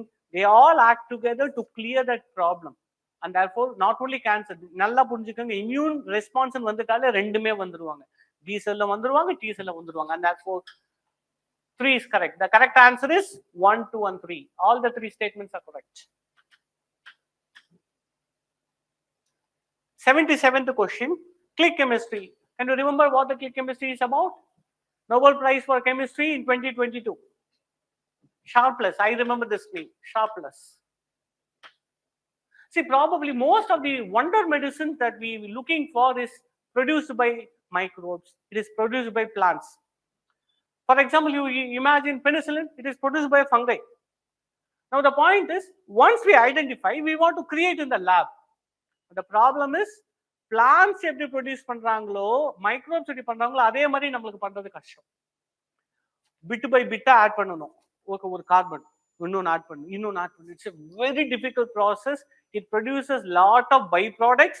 It produces lot of waste products. It produces, in fact, toxic products in the process. It also uses lot of energy. இதுதான் process. Usually one by one add பண்ணிட்டு இருப்பாங்க. It's called a de novo synthesis, which is very difficult. Sharpless took a different turn. Of course, he knew that this nature is inspiration to make wonder drugs. So, click chemistry, in the point in click chemistry has the most application in pharmaceutical industries to make pharmaceutical drugs. But making the pharmaceutical drugs inspired from the nature is not an easy job. அப்ப sharps என்ன பண்றாருன்னா, okay நேச்சுரலா plant எப்படி produce பண்றாங்கன்னா, ஏன்னா அவங்க பண்றதை நம்ம ட்ரை பண்றோம் லேப்ல, பட் ரொம்ப டிஃபிகல்ட்டா இருக்கு. அப்போ ஒரு பிளான்ட் என்ன பண்றாங்கன்னா, பிளான்ட் ரொம்ப ஈஸியா பண்றாங்க, பிளான்ட் மைக்ரோப்ஸ் ரொம்ப ஈஸியா பண்றாங்க. என்ன பண்றாங்க, ஃபார் எக்ஸாம்பிள் நம்ம ஒரு பிரியாணி கடை போனோம்னு வைங்களா, இன்ஃபேக்ட் ரைஸ், நாங்கள் ஒரு ஃபாஸ்ட் ஃபுட் கடைக்கு போங்க, ரைஸ் வச்சிருப்பாங்க, சில ஸ்டாண்டர்ட் மசாலா, நீங்க என்ன கேட்டாலும் அதுல தான் பண்ணுவாங்க. பிளான்ட் கூட என்ன பண்றாங்கன்னா, அவங்க நிறைய மாலிகுல்ஸ் ப்ரொடியூஸ் பண்றாங்க, ஆனா ஸ்டாண்டர்டா ஒரு 15ல இருந்து 16 மாலிகுல்ஸ் தான் வச்சிருக்காங்க. Like building block. இந்த ஓகே இவங்க வேணுமா, இவங்களை எடுத்து இவங்களை ஆட் பண்ணு, இது வேற வேணுமா, இவங்களை எடுத்து இது ஆட் பண்ணு, கூட இது ஆட் பண்ணு, முடிஞ்சது. So they have a certain building blocks, then they add few things, the mission is over. நாம என்ன பண்றோம், இண்டிவிஜுவலா ஒவ்வொன்னா கன்ஸ்ட்ரக்ட் பண்ணும்போது it is very difficult. It produces lot of toxic byproducts. You understand? So click chemistry deals with developing the basic building blocks. Basic building blocks in organic chemistry for the manufacture of drugs. புரியுதா உங்களுக்கு? இதுதான் click chemistry. And for that he was in fact awarded Nobel Prize last year. So some click reactions can occur within the living system without interfering with the nature biological process. Of course we can say, நான் ஏற்கனவே சொன்னேன், click chemistry inspiration nature தான். அப்ப நேச்சர்ல எப்படி நடக்காம இருக்கும்? So that is correct. It can occur in nature, correct. Now look at the first statement. Is it environment friendly as it occurs only in the presence of oxygen and water? No, it occurs in the presence of oxygen, but not only. But can we say it is environment friendly? Of course it is environment friendly. In what way? I told you, there is a significant reduced production of toxic byproducts. ஏன்னா இது என்ன பண்ணிடுறாங்கன்னா, click கெமிஸ்ட்ரியில இப்போ ஒரு product இருக்கு, ஒரு drug இருக்கு, சாதாரணமா பார்த்தா 100 ஸ்டெப்ஸ் வச்சு தான் கிரியேட் பண்ண முடியும். கிளிக் கெமிஸ்ட்ரி என்ன தெரியுமா, within few steps, 3-4 steps you can make it. அப்போ பை ப்ராடக்ட் கம்மியாகுமா, எனர்ஜி கன்சம்ஷன் கம்மியாகுமா, and therefore it is environment friendly. Click chemistry can be used to explore cells, map DNA, design. Yes, all can be done. So 3 is correct, 1 is wrong, 2 is correct. The answer is 2 and 3. Let's move to the next question, question number 80, about Polar Code. Polar Code is also called as International Shipping Guidelines on Polar Waters. International Shipping Guidelines on Polar Waters. Polar waters is a unique area. It is usually largely uninhabited. Right? It is also known for a pristine flora and the fauna. அப்போ அதை disturb பண்ணாம இருக்கணும். அப்போ how a ship is designed, how a ship is operated, is there any pollution associated with that? இது எல்லாத்தையுமே நம்ம consider பண்ணணும்.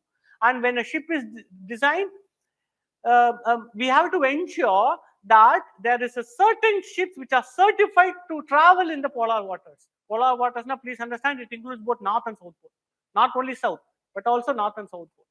And therefore this polar code is mandatory under a convention called as International Convention for the Safety of Life at Sea. SOLAS ன்னு சொல்லுவாங்க. It's called the SOLAS. International Convention for the Safety of Life at Sea. And MARPOL, Marine Pollution. International Convention for the Prevention of Pollution at Sea. MARPOL Convention is called as International Convention for the Prevention of Pollution at Sea. For under the both these conventions, Polar Code is mandatory. And the Polar Code was released for the first time in 2017. It was started as a process under International Maritime Organization in 2017, and after a lot of deliberation and discussions, the Polar Code was released in 2017. So it is an international regime adopted by IMO, correct? It sets out regulations for shipping in the polar region, principally relating to ice navigation, correct? It aims to protect both the Arctic and Antarctic from maritime risks. Maritime risks are what? Risk of ship operations and associated pollutions. Yes, true. So all the three statements are correct for this question.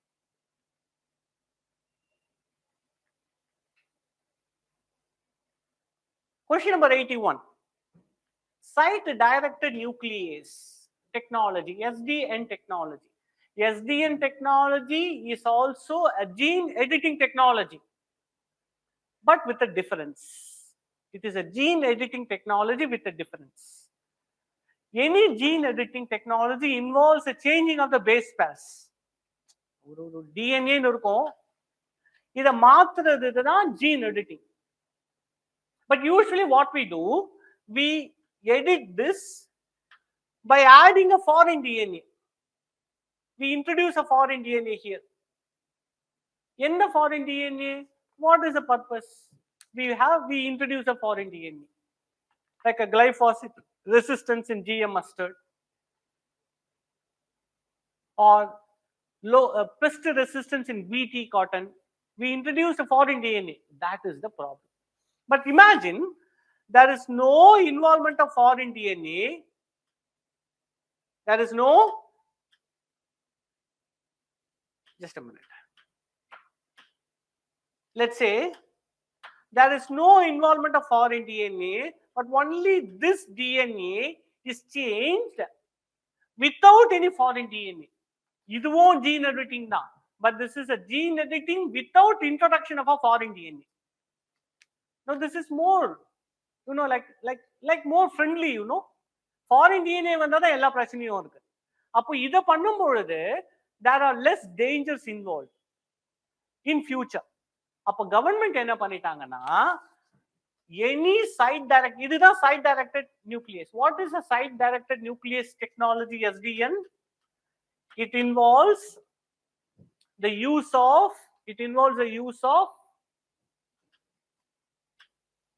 nucleases, including CRISPR. It involves, just a minute.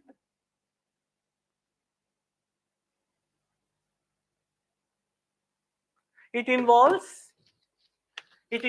the use of nucleases, including CRISPR, for changing the base pairs of an organism's DNA without any introduction of a foreign DNA.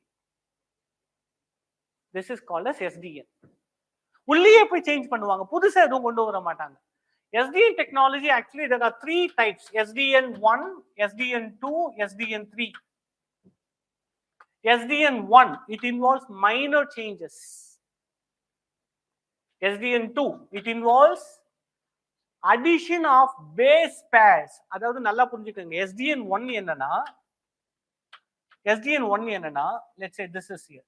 Here they make small changes. This is SDN1. SDN2 என்னன்னா, they will add base pairs into that. But remember, this addition of a base pair is not a foreign DNA. இப்போ for example நம்ம பார்க்குற ஒரு gene இருக்கும், இங்க extra கொஞ்சம் add பண்ணா நல்லா இருக்குமே, they add extra. This is not foreign DNA. So remember, they add extra. But it is not a foreign DNA. They add extra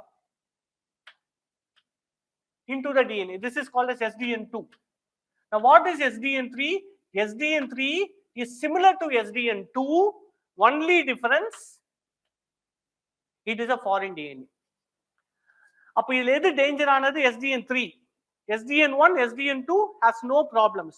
அப்போ கவர்மெண்ட் என்ன பண்றாங்கன்னா, any gene editing technology or any crops that are edited using SDN1 and SDN2 need not require and prior approval from GEAC. You understand? So any SDN1 and SDN2 based technology need not require prior approval from GEAC, Genetic Engineering Appraisal Committee. It only requires a prior approval from Institutional Biosafety Committee, not GEAC, Institutional Biosafety Committee. So based on this, let's see the question. It uses CRISPR technology to make gene editing more targeted and faster, correct? It essentially involves the process of replacing the target gene with the foreign gene. Correct? No. 2 is wrong. GEAC has recently approved of commercial production of genome edited crops where SDN technique is used. Yes. So correct answer is 1 and 3. Question number 89. Permaculture. Permaculture, in fact, stands for permanent culture, which in fact is inspired from nature. How a forest grows. Nobody is fertilizing it, nobody is tilling it, nobody is artificially irrigating it. It grows naturally. And also, if you see, it is not a monoculture.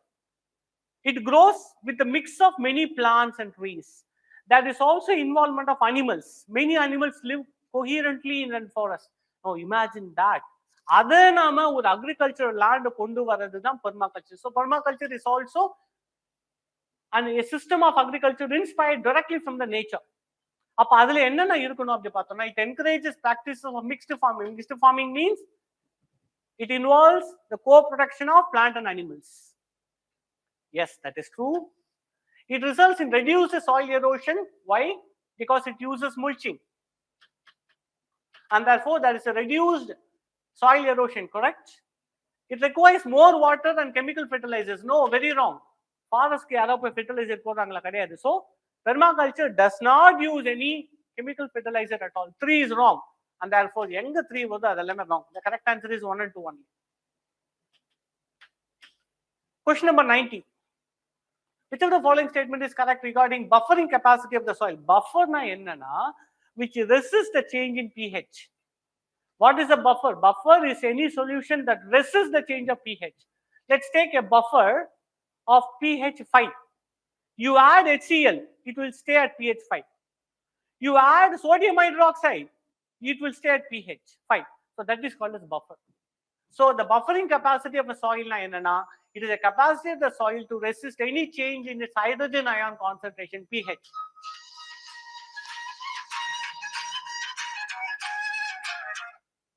Right. So 19th question, A is the answer. Question number 94. Decentralized applications, DApps. So these applications can operate. For example, there are applications like Google search database or Facebook. They are centralized. Okay, but imagine an app which is not centralized at all. then it becomes decentralized. For example, ஒரு app இருக்காங்க, developer என்ன பண்ணிட்டாங்க, open சோர்ஸா தந்துட்டாங்க. இப்போ நீங்க download பண்றீங்கன்னா you will given a token number. You download, you will given a token number. It is not owned by any single entity or any single organization. So that's what decentralized application. It is not owned by any single organization or an entity, and therefore individuals can have access to these apps by the granting of tokens. So this application can the important point about this application is it can operate autonomously. You don't have to open it and do it. It can operate autonomously using systems like blockchain and smart contract. Smart contract enna idha token sonna.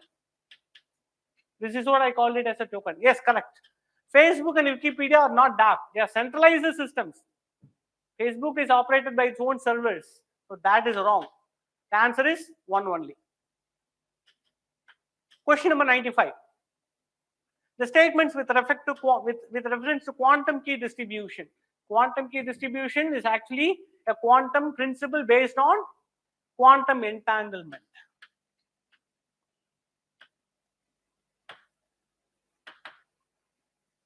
And this quantum entanglement happens. Quantum entanglement happens when two quantum particles are brought close to each other and they become paired. And once paired, its properties mimics each other. And if யாராவது உள்ள பூந்து அதை observe பண்ணாங்கன்னா its property will change. So this quantum particles, once it is paired, once it is shared between two persons, if any third person comes and sees it, its property will undergo change. So that's why it is known to be more secure communication. Okay, so this quantum key distribution works on the principle of quantum entanglement. So it is a communication mechanism, correct? Utilizing a cryptographic protocol which involves principles of quantum mechanics. Yes. It provides unconditional data communication security. Unconditional. யாராவது ஒருத்தங்க, அதாவது என்னன்னா, communication எப்படி நம்ம இது பண்ண முடியும்னா, somebody eavesdrops it. And eavesdropping is not possible. அதாவது என்னன்னா, how do I know that my information is not hacked at all? நிறைய சமயம் ஹேக் பண்ணிருப்பாங்க, நமக்கு தெரியாம போயிடும். But here, once the particles are paired, any third person's observation will change the characteristics of this pair. Therefore, I know that I have been eavesdropped. And therefore, இதை surpass பண்ணி ஹேக்கே பண்ண முடியாது. And therefore, we can say unconditional. That word is very important. It is unconditional. Yes, it can never be surpassed. And therefore, 2 is also correct. For 95th question, the answer is both 1 and 2. Answer is both 1 and 2. C is the answer for this question. So thank you for watching this and keep taking mock test and wish all the best for your rest of the preparation. Work hard. This is a time to do more, right? Thank you all. Hi students, welcome to today's discussion. So in this today's discussion, with respect to the subject history, we are going to see some interesting questions. Let's see actually. Look, such type of questions, you see, Tashding monastery, one of the most sacred sites for Tibetan Buddhism, is located in. Sir, this particular question is respect to arts and culture. What is the need to take such question? Listen, 2014 itself and in some other years also, UPSC especially was in demand of asking questions from the religious and also the philosophical side. So if you take Buddhism, they are simply asking about, they are not asking with respect to where Buddha born, where Buddha died. Okay, they are asking about important places, institutions, monasteries, chaityas, viharas. Okay, so you see, this Tashding monastery was in news. Okay, likewise in 2014 there was a question with respect to Tabo monastery. Okay, so likewise this Tashding monastery, what is the thing you need to understand is where this particular site belongs to. So it belongs to where? It belongs to Sikkim. Okay, this monastery belongs to Sikkim. What is the thing is, Sikkim is the right answer. Okay, Sikkim. And if you take Buddhism, we know that there are three important Buddhism, three important subdivisions in Buddhism. For example, we call it as Hinayana, Mahayana, and also Vajrayana. Here, the question has got a Tibetan Buddhism, right? So, Tibetan Buddhism means what, sir? Tibetan Buddhism is nothing but, what is this Tibetan Buddhism? This Tibetan Buddhism is called Vajrayana. So, this particular place, Sikkim, Tibetan Buddhism, Vajrayana, there was a place called Tasding Monastery was famous. So, what is monastery? A monastery is a place where the Buddhist monk they will reside actually. Okay, and there was another Himachal Pradesh they have given, right? So in Himachal Pradesh there was a monastery called Tabo Monastery. So this Tabo Monastery, Himachal Pradesh, there was another monastery called Tabo Monastery. That is the oldest monastery that even continue to work even today. Okay, so from this monastery you may get questions, and please mind it actually. So Tasding Monastery, Hinayana Buddhism. It's also called as Tibetan Buddhism. Okay, famous at Sikkim. Okay, got it. Matwa sect is one of the section of Vaishnava Hinduism. Here they are asking the question with respect to, okay, what they are asking? They are asking with respect to Matwa. What is this Matwa, sir? Okay, so this Matwa is a, okay, Vaishnava. It was a scheduled. Okay, there is a sect called Matwa sect. People of scheduled castes used to follow the Matwa sect. Okay, in northeast India, this was so famous, but here they are given as northwest. So it should not come as northwest, it should come as northeast. So first statement is correct, and second statement was wrong. So answer is 13th question. Answer is A only. Got it? Fine. So the next one is, sorry. So the next one is we are going to see about arrange the following as per the chronological order. You see, whenever you are speaking about chronological order, whenever you speak about chronological order, you need to know where that particular place or where the particular time period. So arrange the following as per the chronological order. Kalaram temple entry movement. Kalaram. So it's a Ram temple. Vaikom Satyagraha, Aravipuram Satyagraha, Mahad Satyagraha.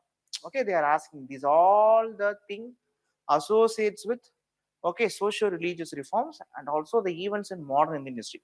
So they are not asking about medieval Indian history. Now the question demands is modern Indian history. Within a time frame of some 40 to 50 years, they are asking about what are all the reform movements that taken place in India.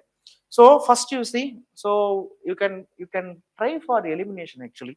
So whenever we speak about Dr. B.R. Ambedkar, we can remember Mahad Satyagraha, because Dr. B.R. Ambedkar, he was a great pioneer, right? Great pioneer, and he was the messiah of masses, especially the depressed section people. So this Dr. B.R.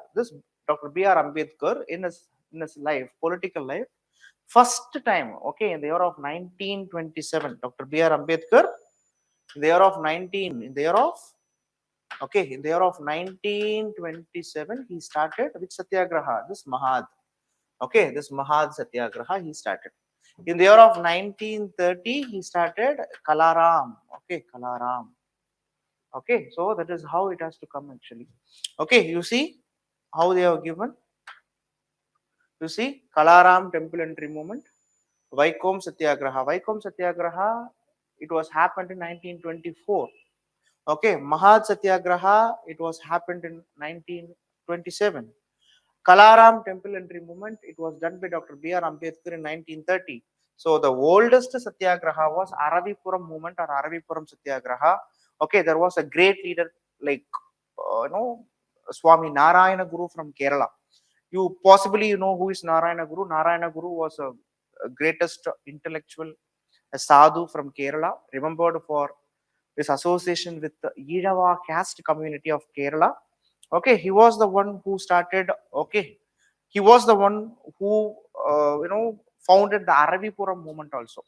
Okay, why Narayana Guru is important means Narayana Guru was the one who initiated the temple entry movements in Kerala, because in Kerala, if you take it, the upper caste people, the Brahmins, who tried to hold or depress the scheduled or depressed section people.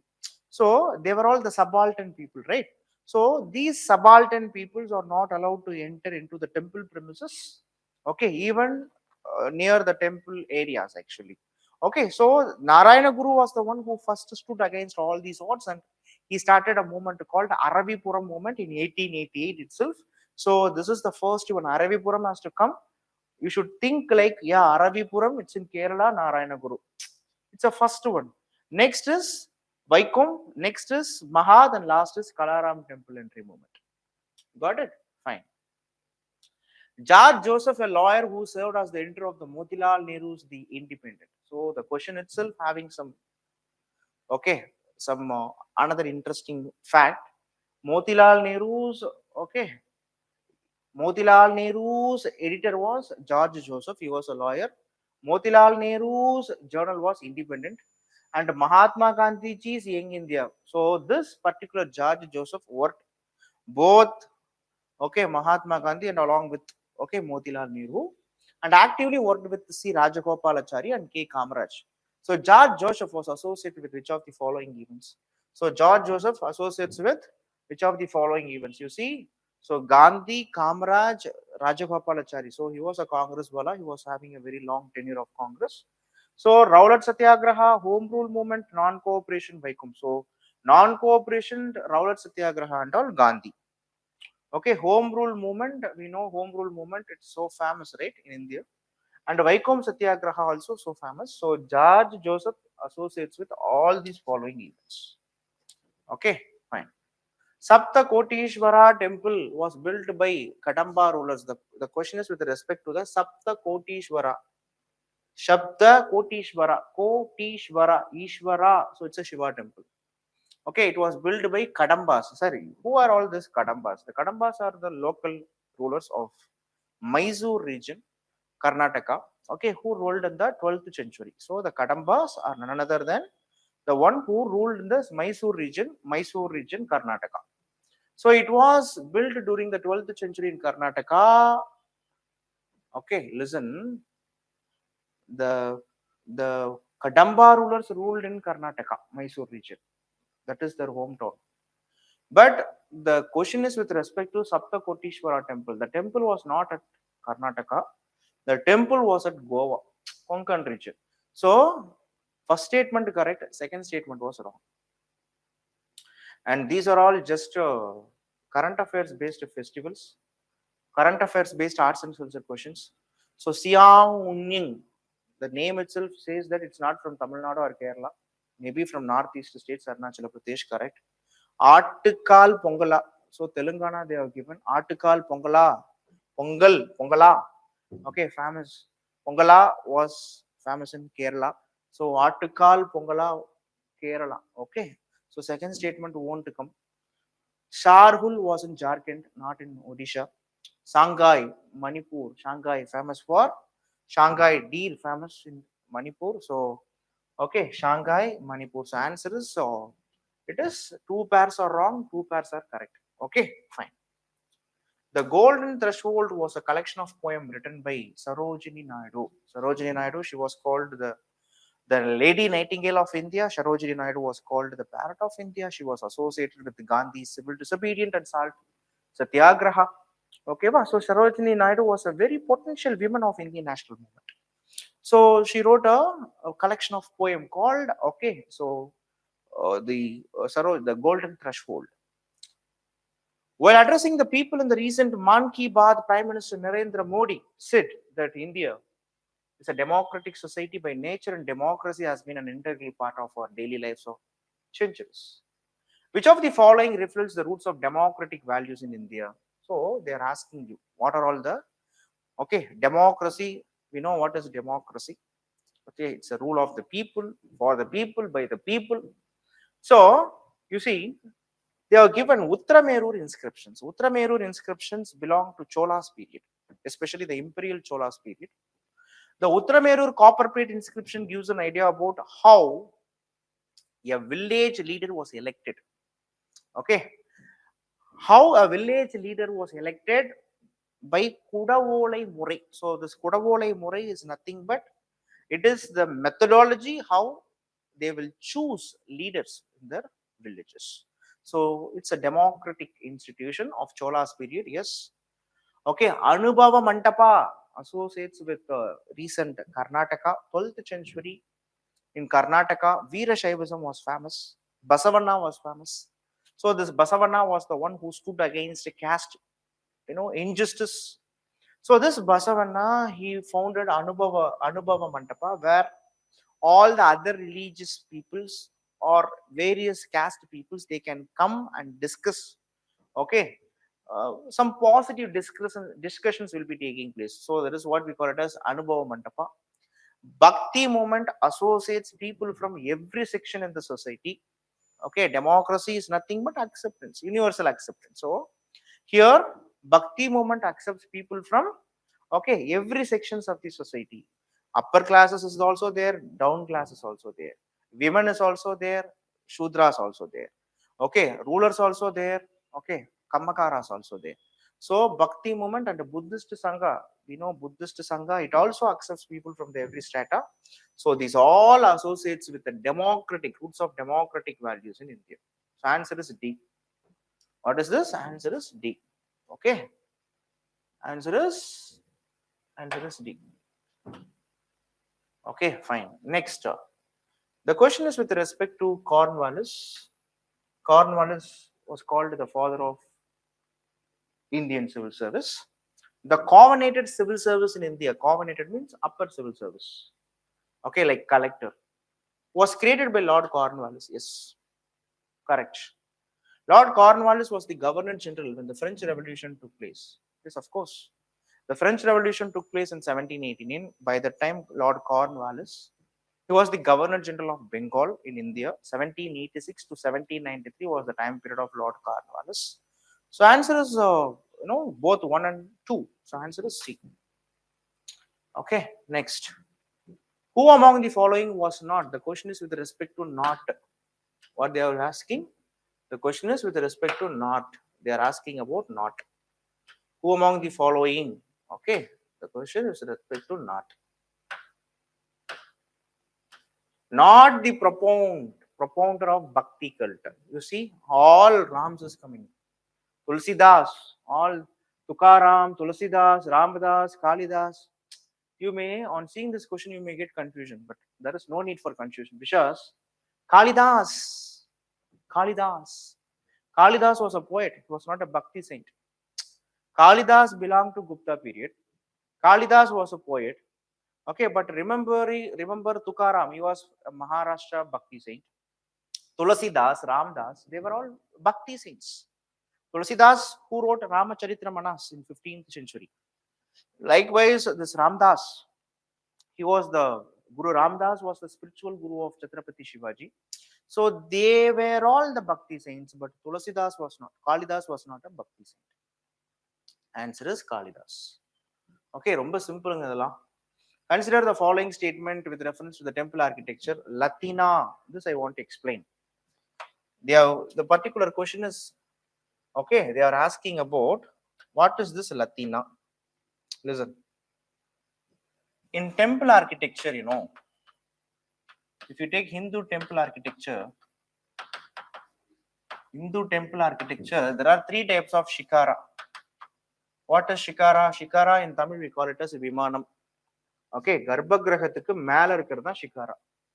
இந்த ஷிகாரா அப்படின்றது 3ஆ பிரிக்கிறாங்க. Okay, first one is Latina or Leka Prasada. Second one is Vamshana. Okay, and third one is Valabi. ஓகேவா, இதான் 3ஆ பிரிக்கிறாங்க. Okay, அப்போ what is லத்தீனா sir? நீங்க நிறைய village டெம்பிள்ஸ்லாம் பார்த்துருக்கலாம். Where it will have a square shape entrance. Okay, the entrance will be like this small square shape. Ullara deity will be there. Okay, this is the entrance. This is the structure, and the pathina, a curvilinear shape will be there actually. Okay, there you will find an amalaka and finally a kalasam. Okay, this particular style was called, you have a curvilinear curve shape, அப்படியே இன்வார்டா உள்ளர போகும். Okay, from Garbhagraham, this is deity.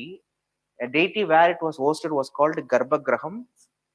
Top of the Garbhagraham, where you will have this type of structure. இதுக்கு பேரு லத்தீனான்னு பேரு, லத்தீனா R ரேக்க Prasada அப்படின்னு பேரு. Whereas another type of shikara was called pamsana. This pamsana, latina will be height taller, but pamsana will be, it was broader but shorter.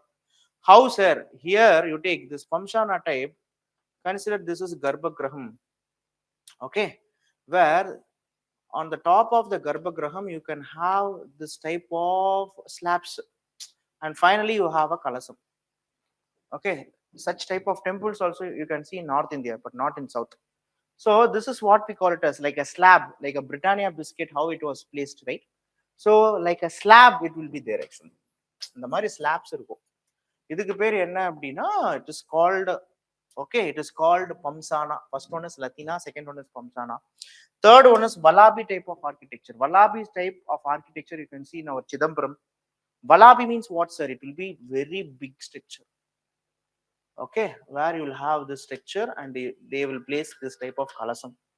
Okay, this is what we call it as Vallabhi style. Got it? Even you can see in our CMBT bus stand model and all, this structure will be there. Okay, Madurai, you can see in Chidambaram also this type of structure will be there. Kalasam will be placed here. So this is what we call it as Vallabhi. This Vallabhi style was copied from Buddhist monasteries. In those days, Buddhist monasteries will be looking like that. So this is what they asked the questions. This is what they asked in the question. Latina or the type of shikara in which the wall curve inward. Wall enagudhu ullara poda. So answer is yes. Pamsana are larger than Latina. No, Pamsana are broader, perusa irukum, but shorter.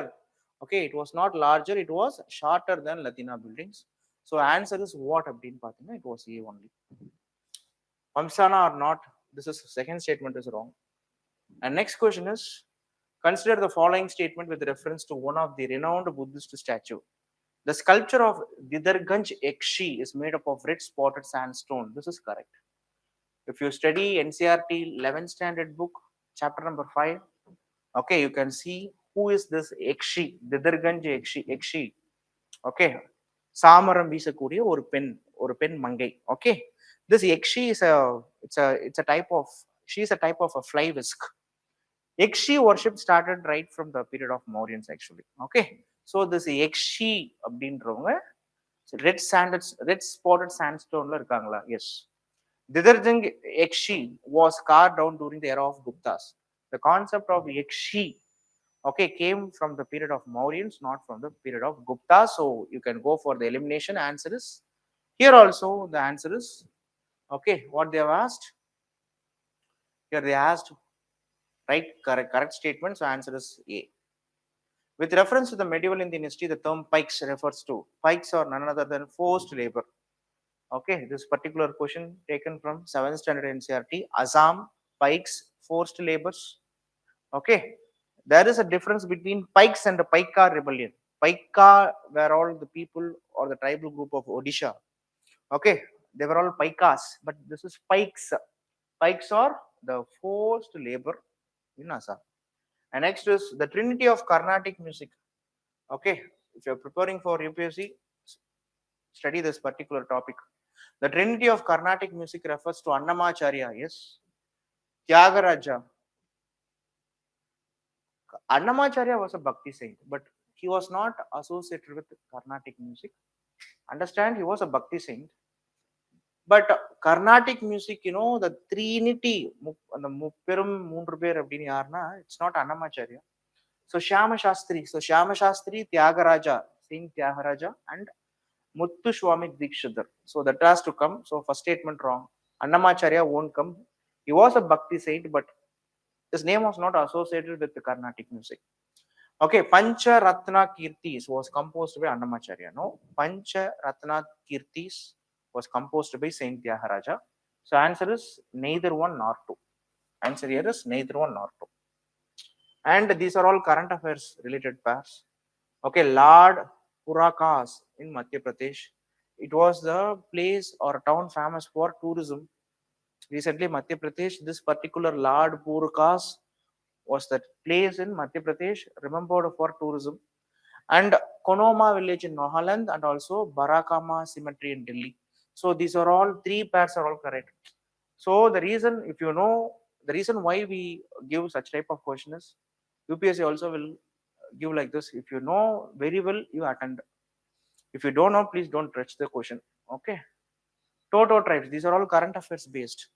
So for the learning purpose, we are giving like this. If you are sure about the answer, go for it, or don't go for it. Don't touch.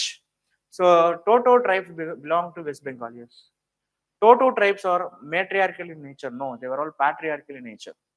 So Toto language belongs to the Tibet-Burman family. Yes, this is correct. So answer is 1 and 3 only. C. Okay, for this question, answer is C. Who among the following founded the English newspaper The Leader? Who? Madan Mohan Malaviya. Understand, Madan Mohan Malaviya was a moderate, but he founded Hindu Mahasabha party. It may look like a Hindu nationalist party. Of course, it was Hindu nationalist. It was a Hindu party, Hindu Madan Mohan Malaviya. So the Leader, okay, he founded the newspaper called The Leader. Who among the following Bhakti saints are contemporary of Mughal Emperor Akbar? So such type of questions are all recent. Okay, Tulasidas, Guru Nanak, Ramananda. Many people will think while studying Akbar, he patronized for Sikhism. So they will go for Guru Nanak. Remember, Guru Nanak died in 1539. Akbar born in 1542. Guru Nanak இறந்து தான் அக்பர் வந்திருக்கார். Got it? So அவரு குழந்தையில இருந்து பருவம் அடைந்து அவர் இன்னும் ஒரு பெரிய யூத்தா வர்றதுக்குலாம் time எடுத்துக்கிச்சு. So Guru Nanak was not the contemporary of Akbar. So second statement should not come. Okay, Ramananda, he was a 14th century fellow. Akbar was a 16th century fellow. Akbar born in 16th century, 1542. So only Tulasidas will come. Tulasidas was the contemporary of Akbar. On Akbar's court, Tulasidas, he was the one who he was also the one remembered for giving discourse on Ramacharitamana. So answer is only A1 only. June 3rd plan was also called Wavell's plan. No, Mountbatten plan. Shimla conference accepted Jinnah two nation theory. No, Shimla plan was also called as Wavell conference. Shimla conference or Wavell plan, both are same. But it didn't accept Jinnah two nation theory. What is Jinnah two nation theory? Muhammad Ali Jinnah, he demanded, Pakistan has to come. Okay, there should be two countries. For Hindus, India has to be there. For Pakistan, for Muslims, Pakistan has to be there. So this is Jinnah two nation theory. Simla conference didn't accept it. Direct Action Day was a non-violent struggle. No, August 16, 1946. Okay, as the Jinnah two nation theory was pushing for it, and the cabinet mission plan was not accepted by Muhammad Ali Jinnah, so he went for celebrating Pakistan Day, and the result is the violent Direct Action Day. Okay, so it is not a non-violent struggle, it was a violent struggle for Pakistan. So Quit India movement was supported by Indian communist leadership. No. Gandhi's civil disobedience movement was supported by Indian communist. During Quit India movement, the Chinese communist, right? Was against the Japanese. For the Chinese communist, the British supported. So in China, during the time period of World War, China, British, they were all traveling in the same boat. So when the Gandhi started a struggle against British in India, the Indian communists, they didn't support for Gandhi because they supported for Chinese communist. Okay, of course, this particular event, in Indians, the communists usually will support for China. The thing is, in 1962 Indo-China war, the Indian communists supported for China. So that are all the only scenarios will happen. This scenarios and all happen only in India. So which of the statement given are correct? None of them is correct. Okay. So this is what all about. So we'll see in the next class. Okay, we'll see in the next discussion. Thank you. Hi guys, mock test ஓட geography discussions பார்த்துருவோம். First question என்ன கேட்டிருக்காங்கன்னா bomb cyclones பற்றி கேட்டிருக்காங்க. So the first option, okay, one thing is they are large, intense, okay, fine, storms that have low pressure at its center, yes. One more thing என்னன்னா, probably most of the cyclones சென்டரில் low ப்ரெஷராக தான் இருக்கும். Anti சைக்ளோனாக இருந்தால் மட்டும் தான் சென்டரில் high pressure இருக்கும். சைக்ளோனாலே சென்டரில் low pressure, we know that, fine. So அப்போ இதில் ஒரே ஒரு பாயிண்ட் என்ன ப்ராப்ளம்னா, they are tropical summer cyclones அப்படின்னு சொல்லி கொடுத்துருக்காங்க, ட்ராபிக்கல் சம்மர் ஸ்டார்ம்ஸ்னு கொடுத்துருக்காங்க. This point is wrong. ஏன்னா bomb cyclones one thing they are temperate, another one they are not summer storms. இதோட டைமிங்கே வந்து பார்த்தீங்கன்னா அக்டோபர்லேருந்து மார்ச்சுக்குள்ளார உள்ள டைமில் வந்து வரும். இது இன்னும் எதனால் அப்படின்றதுல இன்னும் டீட்டெயில்ஸ் நம்ம பார்க்கலாம். Okay, so first point is definitely wrong. Second one, they need constant water supply from the ocean and hence do not form over the land. No, they are in the temperate region. They definitely form over the land. They are mostly land cyclones. Oceans மேலேயும் form ஆகும், அதே நேரத்தில் land மேலேயும் form ஆகும். ரெண்டுலேயுமே form ஆகிறதுக்கு chances இருக்கு. We'll see. So answer is neither one nor two.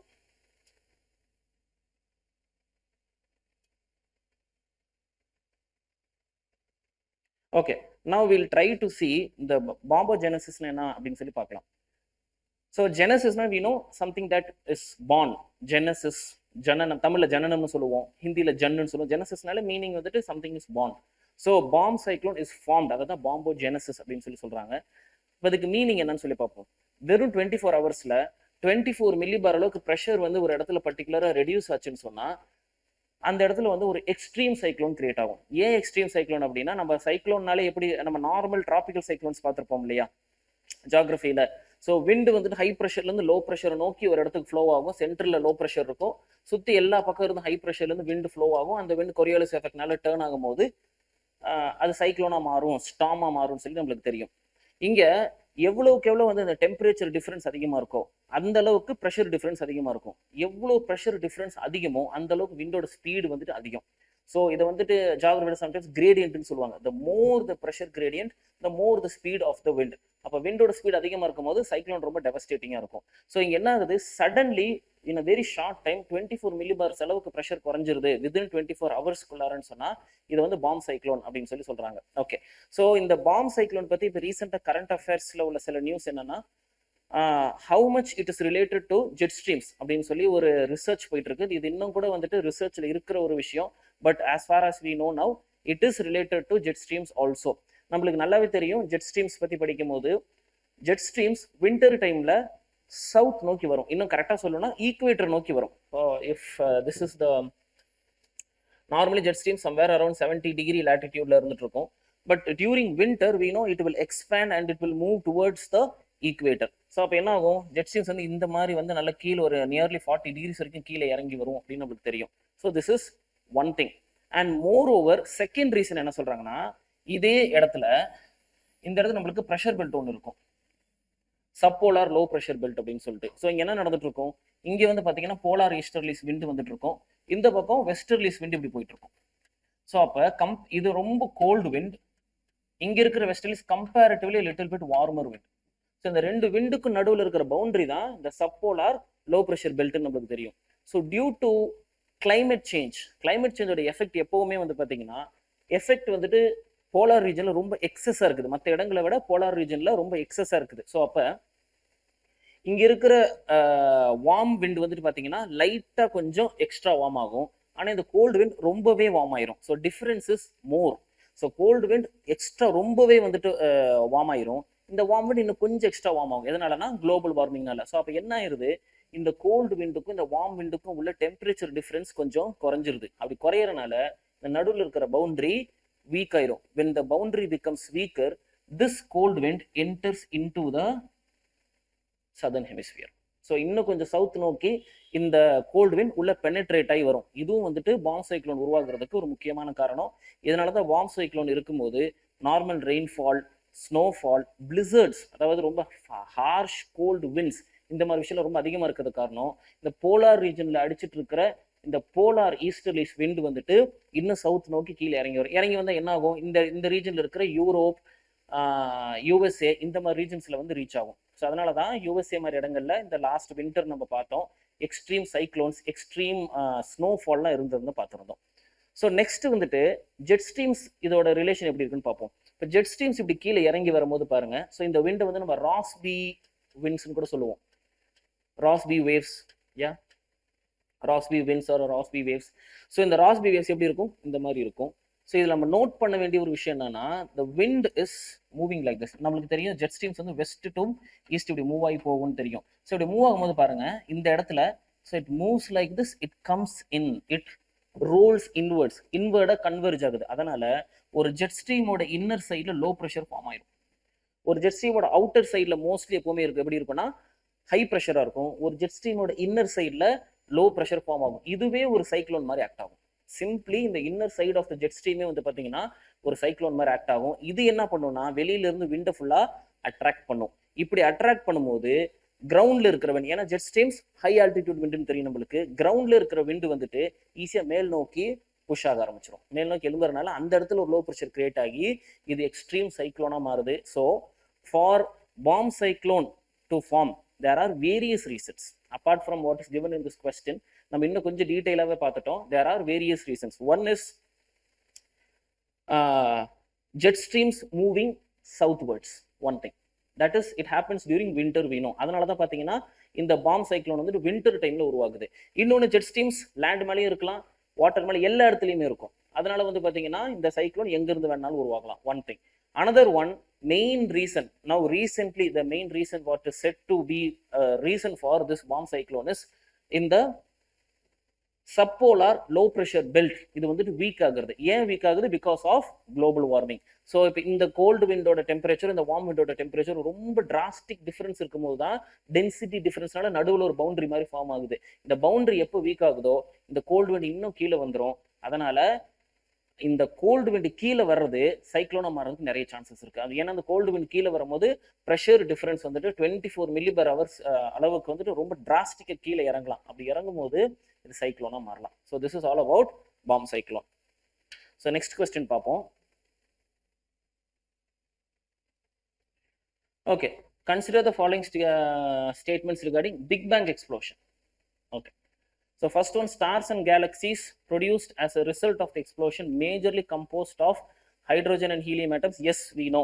First beginning la primordial universe அப்படினு சொல்லி எல்லாம் சொல்லுவோம்ல, நம்ம இந்த பிக் பேங் தியரி முடிஞ்ச உடனே, பிக் பேங் தியரி நடந்த உடனே பிளாஸ்ட் ஆகி வந்த ஃபர்ஸ்ட் உருவான பார்ட்டிகல்ஸ் மோஸ்ட்லி ரொம்ப பிரிமிட்டிவ் பார்ட்டிகல்ஸ், ரொம்ப ஃபர்ஸ்ட் பார்ட்டிகல்ஸ். நம்ம பீரியாடிக் டேபிளில் பார்ப்போம். ஃபர்ஸ்ட் 2 எலிமெண்ட்ஸே பார்த்தீங்கன்னு சொன்னால் ஹைட்ரோஜன் ஹீலியம் தானே. ஸோ இந்த 2 எலிமெண்ட்ஸ் தான் இருந்துச்சு. இந்த எலிமெண்ட்ஸ் வேறு விதம் நிறைய டைம்ஸ் கம்பைன் ஆகி தான் மித்த எலிமெண்ட்ஸ்லாம் உருவாக ஆரம்பிச்சிச்சு. So first point is correct. Second one, since the explosion, universe is ever expanding at all directions in an accelerating velocity. 100% correct.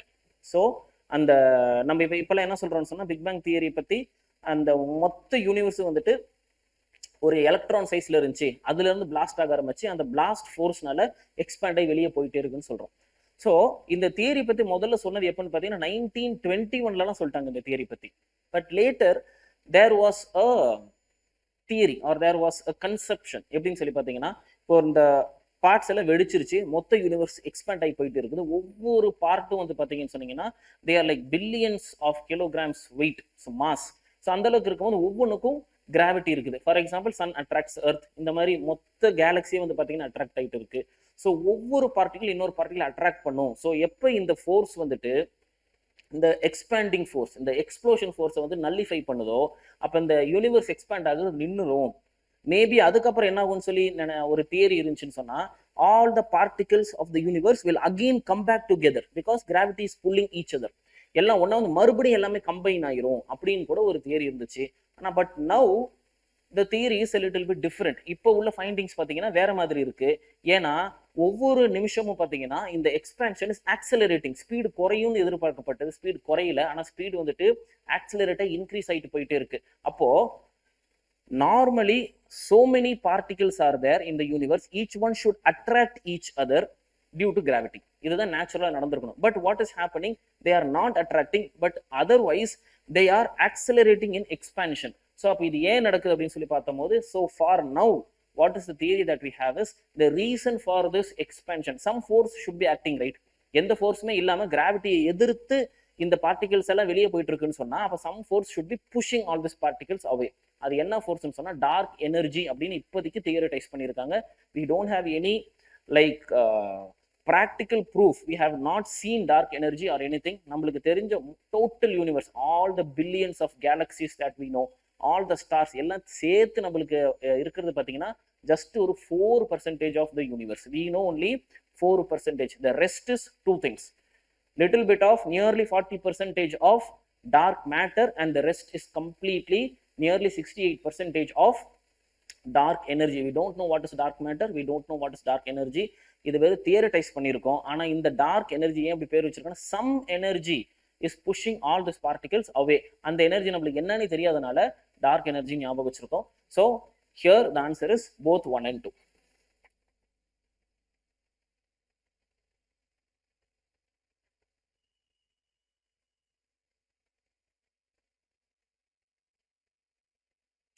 Okay, again almost the second next question பார்த்தீங்கன்னா same type of question.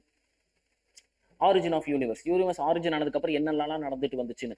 So ஒரு சின்ன trailer அப்படின்னு பார்த்தோம்னா first எடுத்த உடனே இந்த case of earth ப்ரிமாரியல் earth எப்படி இருந்துச்சுன்னு சொன்னால் ஃபர்ஸ்ட் வந்து எர்த் வந்துட்டு 2-3 தியரிஸ் இருக்கு. நெபுலா ஹைபோதேசிஸ் இருக்கு நம்மளுக்கு. அதே மாதிரி பைனரி ஸ்டார் தியரி, எந்த தியரி படி பார்த்தாலும் at last earth was a molten ball. So மெதுவாக இது கூல் டவுன் ஆக ஆரம்பிச்சிச்சு. கூல் டவுன் ஆக ஆரம்பிச்சோன்னா டாப் சர்ஃபேஸ் கொஞ்சம் கொஞ்சமாக வந்துட்டு சாலிடாக மாற ஆரம்பிக்குது. நிறைய ஆஸ்ட்ராய்ட்ஸ் வந்து உள்ளார எவ்ரி மினிட் விழுந்துட்டே இருந்துச்சு. அப்படி ஆஸ்ட்ராய்ட்ஸ் விழுந்ததுனால டாப் லேயர் அப்போ வந்து பார்த்தீங்கன்னா ஒரு மாதிரி செமி சாலிடாக இருக்குது. அது நசுங்கி அந்த கேப்ஸ் தான் வந்துட்டு ஓஷன்ஸ்ன்னு சொல்லி தெரியும் நம்மளுக்கு. ஸோ அப்போ எப்படி இருக்கும்? Something like this. So earth வந்து மோல்டன் பாலா எப்படி இருக்குது, நிறைய ஆஸ்ட்ராய்ட் வந்து அங்கங்கே விழுகுது. அப்படி நிறைய ஆஸ்ட்ராய்ட் வந்து அங்கங்கே விழுகும் போது அந்த இடங்கள்லாம் குழியா மாறுது, இப்படி பள்ளங்களா மாறுது, பள்ளங்களா மாதிரி இப்படி இருக்குது. ஸோ அந்த பள்ளங்கள்ல வந்துட்டு ஃபுல்லா வந்து வாட்டர் ரொம்புது. அந்த ரொம்புற வாட்டர் தான் இப்போ ஓஷன்ஸா இருக்கு அப்படின்னு நம்மளுக்கு தெரியும். அப்படிதான் வந்து எர்த் வந்து இப்போ ஒரு ஸ்பியரா வந்துட்டு இருக்கு. ஸோ இந்த வாட்டர் எங்க இருந்து வந்துச்சுன்னு சொன்னா as far as we know now, the theory is water came from outside the galaxy. Milky Way galaxy விட்டே வெளியில இருந்து தான் வந்துச்சு. water is foreign to us and the age of water is even older than the age of earth அப்படின்னு சொல்லுவாங்க. So அப்போ அதுக்கப்புறம் மழை ஒரு like for millions of years together it was raining completely continuously. It was raining. That rain settled as this water.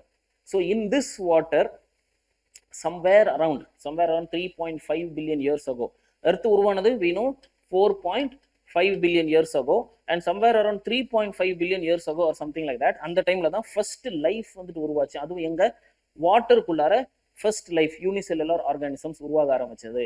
அந்த டைம்ல வந்து பாத்தீங்கன்னா there were just unicellular organisms. Land life கிடையாது.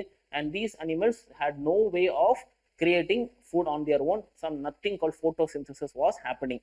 ஃபோட்டோசிந்தசிஸ்ன்றது மச் லேட்டர் நடந்த ஒரு விஷயம். Now will see the options. நம்ம basics தெரியும், இப்போ நம்ம ஆப்ஷன்ஸ் பார்க்கலாம்.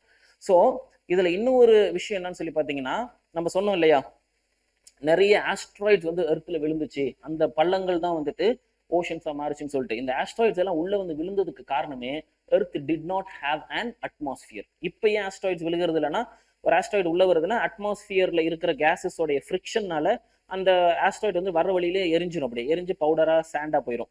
ஆனா இங்கே வந்துட்டு ஃபர்ஸ்ட் உருவான போது இருந்த அந்த பிரிமார்டியல் அட்மாஸ்பியர் எப்படி உருவாச்சு? இந்த எர்த் மோல்டனா இருந்தது கூல் டவுன் ஆகும் போது அந்த மோல்டன் லேயர்லாம் அப்படியே இவாபரேட் ஆகி மேலே போக ஆரம்பிச்சு எர்த்து சுத்தி கிராவிட்டினால அப்படி இருந்தது தான் ஃபர்ஸ்ட் அட்மாஸ்பியர். அது வந்து பிரிமார்டியல் அட்மாஸ்பியர்னு சொல்லுவோம். But this atmosphere started to escape out of the earth. So எந்த அட்மாஸ்பியருமே இல்லாதனால தான் அவ்வளோ ஆஸ்ட்ராய்ட்ஸ்னால உள்ளார என்டர் ஆக முடிஞ்சிச்சு. So that is why you can see here first வந்துட்டு லாஸ் ஆஃப் இந்த ஆப்ஷன்ஸ்ல loss of primordial atmosphere. Then after that new atmosphere was formed. How? இந்த மோல்டன் எர்த் லேயர் வந்துட்டு இவாபரேட் ஆக ஆரம்பிச்சிச்சு. அதை நம்ம வால்கேனோன்னு சொல்லலாம். ஸோ வால்கேனோஸ் வெடிக்கிறது மூலியமாவோ இல்லை ஜஸ்ட் கூல் டவுன் ஆகிறது மூலியமாவோ இந்த molten earth start to evaporate. இந்த இவாபரேட் ஆகி வெளியே போய் அந்த கேசஸ்லாம் எர்த்தோட கிராவிட்டினால அப்படி ஸ்ட்ரக் ஆகி நின்னது தான் அட்மாஸ்பியர். So the option 3. அதுக்கப்புறம் தான் லைஃபே ஃபார்ம் ஆச்சு. அதுக்கப்புறம் தான் யூனிசெல்லுலர் ஆர்கானிசம்ஸ் வாட்டருக்குள்ளேயே ஃபார்ம் ஆக ஆரம்பிச்சிச்சு. அதுக்கப்புறம் நியர்லி மில்லியன்ஸ் ஆஃப் இயர்ஸ்க்கு அப்புறம் தான் photosynthesis பண்ணக்கூடிய அளவுக்கு அனிமல்ஸ் வந்து உருவாச்சு. they are multicellular organisms, but the first thing that was formed was just unicellular organisms. So there was much lot of time after this degassing. So option 1 should be last. So answer is 2, 3 and 1 is the right option.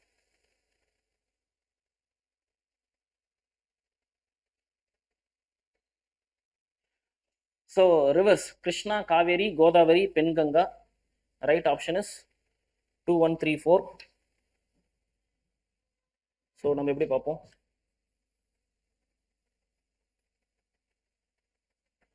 Okay, so நமக்கு நல்லா தெரிஞ்சது காவேரி நம்ம இங்கே பக்கத்தில் இருக்கு, கர்நாடகா ரீஜன்லேருந்து கிளம்பி கொடகுமலையிலேருந்து கிளம்பிட்டு போகும். So this is very simple, நம்ம கீழே இருக்குன்னு சொல்லி தெரிஞ்சிடும்.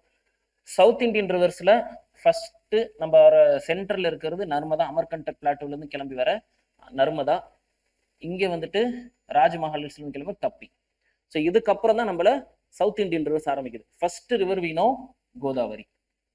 கோதாவரி இப்படி போகும். ஸோ எங்கேருந்து கிளம்பும்? We know Trimbakeshwar mountains. அடுத்த மவுண்டன் கிருஷ்ணா. எந்த mountain?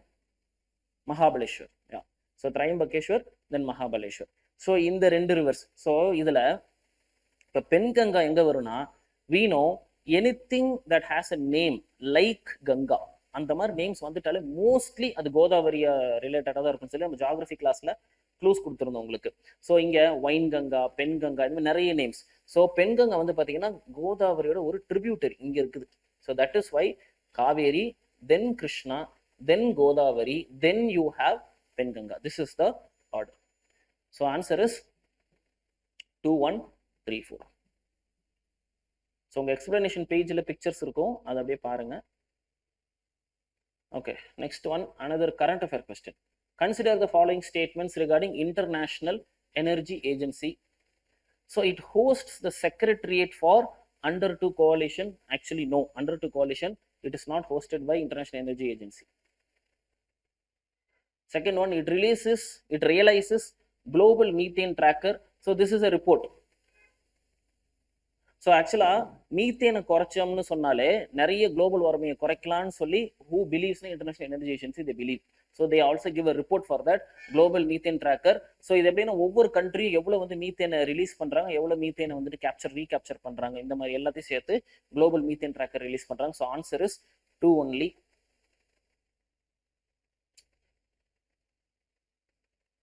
And this one, in the Under 2 Coalition, யார் ஹோஸ்ட் பண்றானா? Climate Group, not International Energy Agency. Climate Group hosts this Under 2 Coalition. So that is why point 1 was wrong. Okay, next one. Mountains.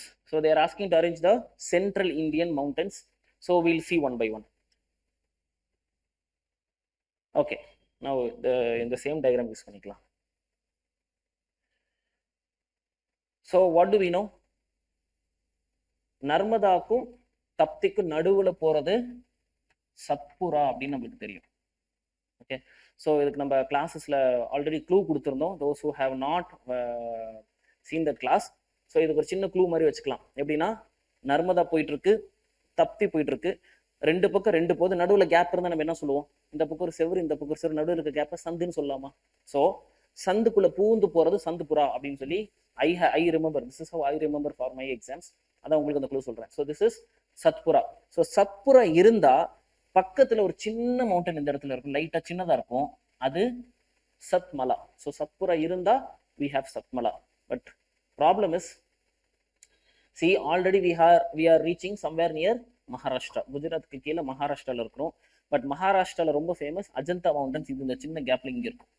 So that is one thing that you have to remember. So what and all we have? Satpura, Satmala, Ajanta, மூணு இங்க வந்து. வேற என்ன mountain கேட்டிருக்காங்க? Palakkad. Very simply you can know Balaghat is definitely below that. So மூணு ghats, Palaghat, Balaghat, Borghat, all these are definitely at central and south Indian western Ghat mountains. So option will be, so first is Satpura, then will come Ajanta, then Satmala, last one is Balaghat. So answer is 3, 4, 1, 2.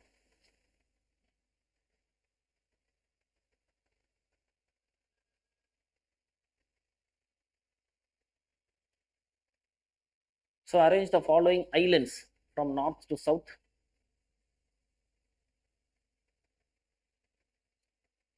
So how to find it easily? See this, barren island is a clue for us here.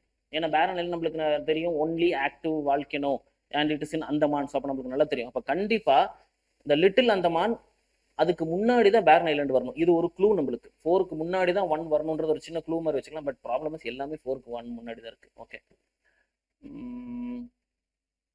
And one more thing what you know is little Andaman and Kachal, இது ரெண்டுமே வந்துட்டு அந்தமான் சேர்ந்தது கீழே உள்ளது. இது நம்மளுக்கு இன்னொரு விஷயம் நம்மளுக்கு தெரியும், Kachchal is at last down, சின்ன ஐலண்ட் பாருங்க.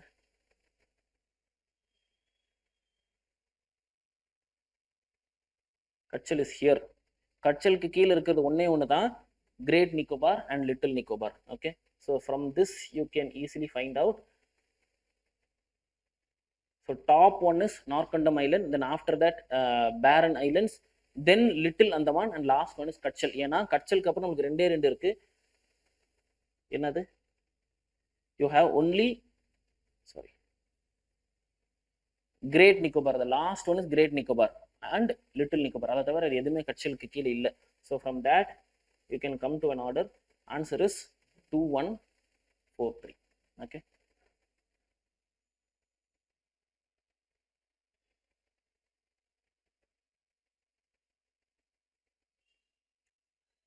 Okay, next one. So which biosphere reserve, and in that biosphere reserve which national park you have? And Nilgiri biosphere reserve, we know Nilgiri biosphere reserve என்றது Mudumalai, Bandipur. So இப்படி தான் இருக்கும். So நம்மளுக்கு நல்லா தெரிஞ்ச ஒரு ரீஜன், நம்மளுக்கு தெரிஞ்ச ரீஜன்ஸ் எப்பவுமே ஈஸியாக கொஞ்சம் பார்த்து வச்சிட்டோம்னா we can either eliminate at least. So இப்போ மேப்பில் வச்சு பார்த்தோம்னா இப்படி இருக்கும். வெஸ்டர்ன் காட்ஸ் இங்கே இருக்குன்னு சொன்னால் தமிழ்நாடு, கேரளா, கர்நாடகா மூணு சேர்ற இடத்துல இந்த இடத்துல தமிழ்நாட்டில் முதுமலை இருக்கும். முதுமலையிலேருந்து லைட்டாக ஒரு கொஞ்சோண்டு ஒரு 10-15 மினிட்ஸ் ட்ராவல் பண்ணிங்கன்னா பந்திப்பூர் போயிடலாம். முதுமலை, பந்திப்பூர், அதுலேருந்து இன்னும் கொஞ்சம் நார்த் இன்னொரு கொஞ்சம் தூரம் கிளம்பி போனீங்கன்னா நாகர்கோலே போயிடலாம். So all these R a single strip. So let us say you are traveling, you want to go for a tour or something, this is how it will be. So this will be Coimbatore. அப்படியே கோயம்புத்தூர், மேட்டுப்பாளையம் அடுத்தடுத்து அப்படியே லைட்டாக கொஞ்சம் மேலே போனீங்கன்னா குன்னூர் வரும். இன்னும் கொஞ்சம் மேலே போனால் ஊட்டி. ஊட்டியோட பீக் தான் we know it is Doddabetta. From there the hills will start to come down. So இப்படி வரும்போது இங்கே வந்து பார்த்தீங்கன்னா கூடலூர் இருக்கும், இந்த இடம் முதுமலையாக இருக்கும். இதுலேருந்து கொஞ்சம் இப்படி திரும்ப நெக்ஸ்ட் ஹில் ஏற ஆரம்பிச்சோம்னா இந்த இடத்துல நான் பந்திப்பூர், அப்படியே கொஞ்சம் தூரம் போனால் நாகர்கோலே. இதுதான் வந்துட்டு அந்த ஸ்ட்ரக்சர். ஓகே, ஸோ அது மட்டும் இல்லாமல் நான் நீலகிரியோட சேர்த்து கோயம்புத்தூர் இங்கே சொன்ன பார்த்தீங்களா, இதுல இருந்து பக்கத்து இந்த சைடில் இன்னும் கொஞ்சம் தூரம் ஹில்ஸ் எல்லாம் இருக்கும். For example Sathyamangalam hills. So இந்த மாதிரி எல்லாமே வந்து பார்த்தீங்கன்னா completely all this together, Sathyamangalam, Mudumalai, Bandipur, the entire Nilgiri district, அது இல்லாமல் பந்திப்பூர் பக்கத்து Nagarhole, all this together is called Nilgiri biosphere reserve. So first option should be right because they are talking about Nagarhole. Okay, and one more extra information, the Nagarhole National Park valiya ஓடுற river, one of the tributaries of Kaveri, that is Lakshman Tirtha. இது extra note பண்ணிக்கங்க. Sometimes since this Nagarhole National Park and both Kaveri are in news, sometimes it could be asked. So Lakshman Tirtha, which is a tributary of Kaveri, flows through this Nagarhole. Okay, so Panchmarhi National Park, இது வந்து India ஒரு சென்டர்ல இருக்கும். இந்தியாவோட exact சென்டர்ல Panchmarhi Biosphere Reserve will be there. See this region will be Panchmarhi Biosphere Reserve. There you can see Satpura National Park, very easy because Satpura mountains இப்போ தான் பார்த்தா சென்ட்ரல் இந்தியாவில் இருக்கு. This you can find it out very easily. Great Nicobar Galathea National Park, this is in news, so this is a probable question. Why Galathea National Park? Galatheaன்றது வந்து பார்த்தீங்கன்னா அந்த great Nicobar பார்த்தோம் லாஸ்ட்ல இப்போ கொஞ்சம் முன்னாடி பார்த்தோம் இல்லையா, அந்த கிரேட் நிக்கோபார் இருக்கிற இடத்துல தான் Galathea National Park இருக்கும். There they have built harbor, port, and this port is a dual use port. இது வந்துட்டு கமர்ஷியல் யூஸ்க்கு யூஸ் பண்ணிப்பாங்க and also for navy. இது ஒரு strategic position, that is to counter Russia string of pearl ஸ்ட்ராட்டஜிக்காக உருவாக்கப்பட்டது. இப்போ ரொம்ப ரீசெண்ட் நியூஸ்ல, கரண்ட் அஃபேர்ஸ் நியூஸ்ல இருக்கு. ஸோ Galathea National Park you have to know it is in Great Nicobar. So answer is all 1, 2 and 3. We'll go to the next question.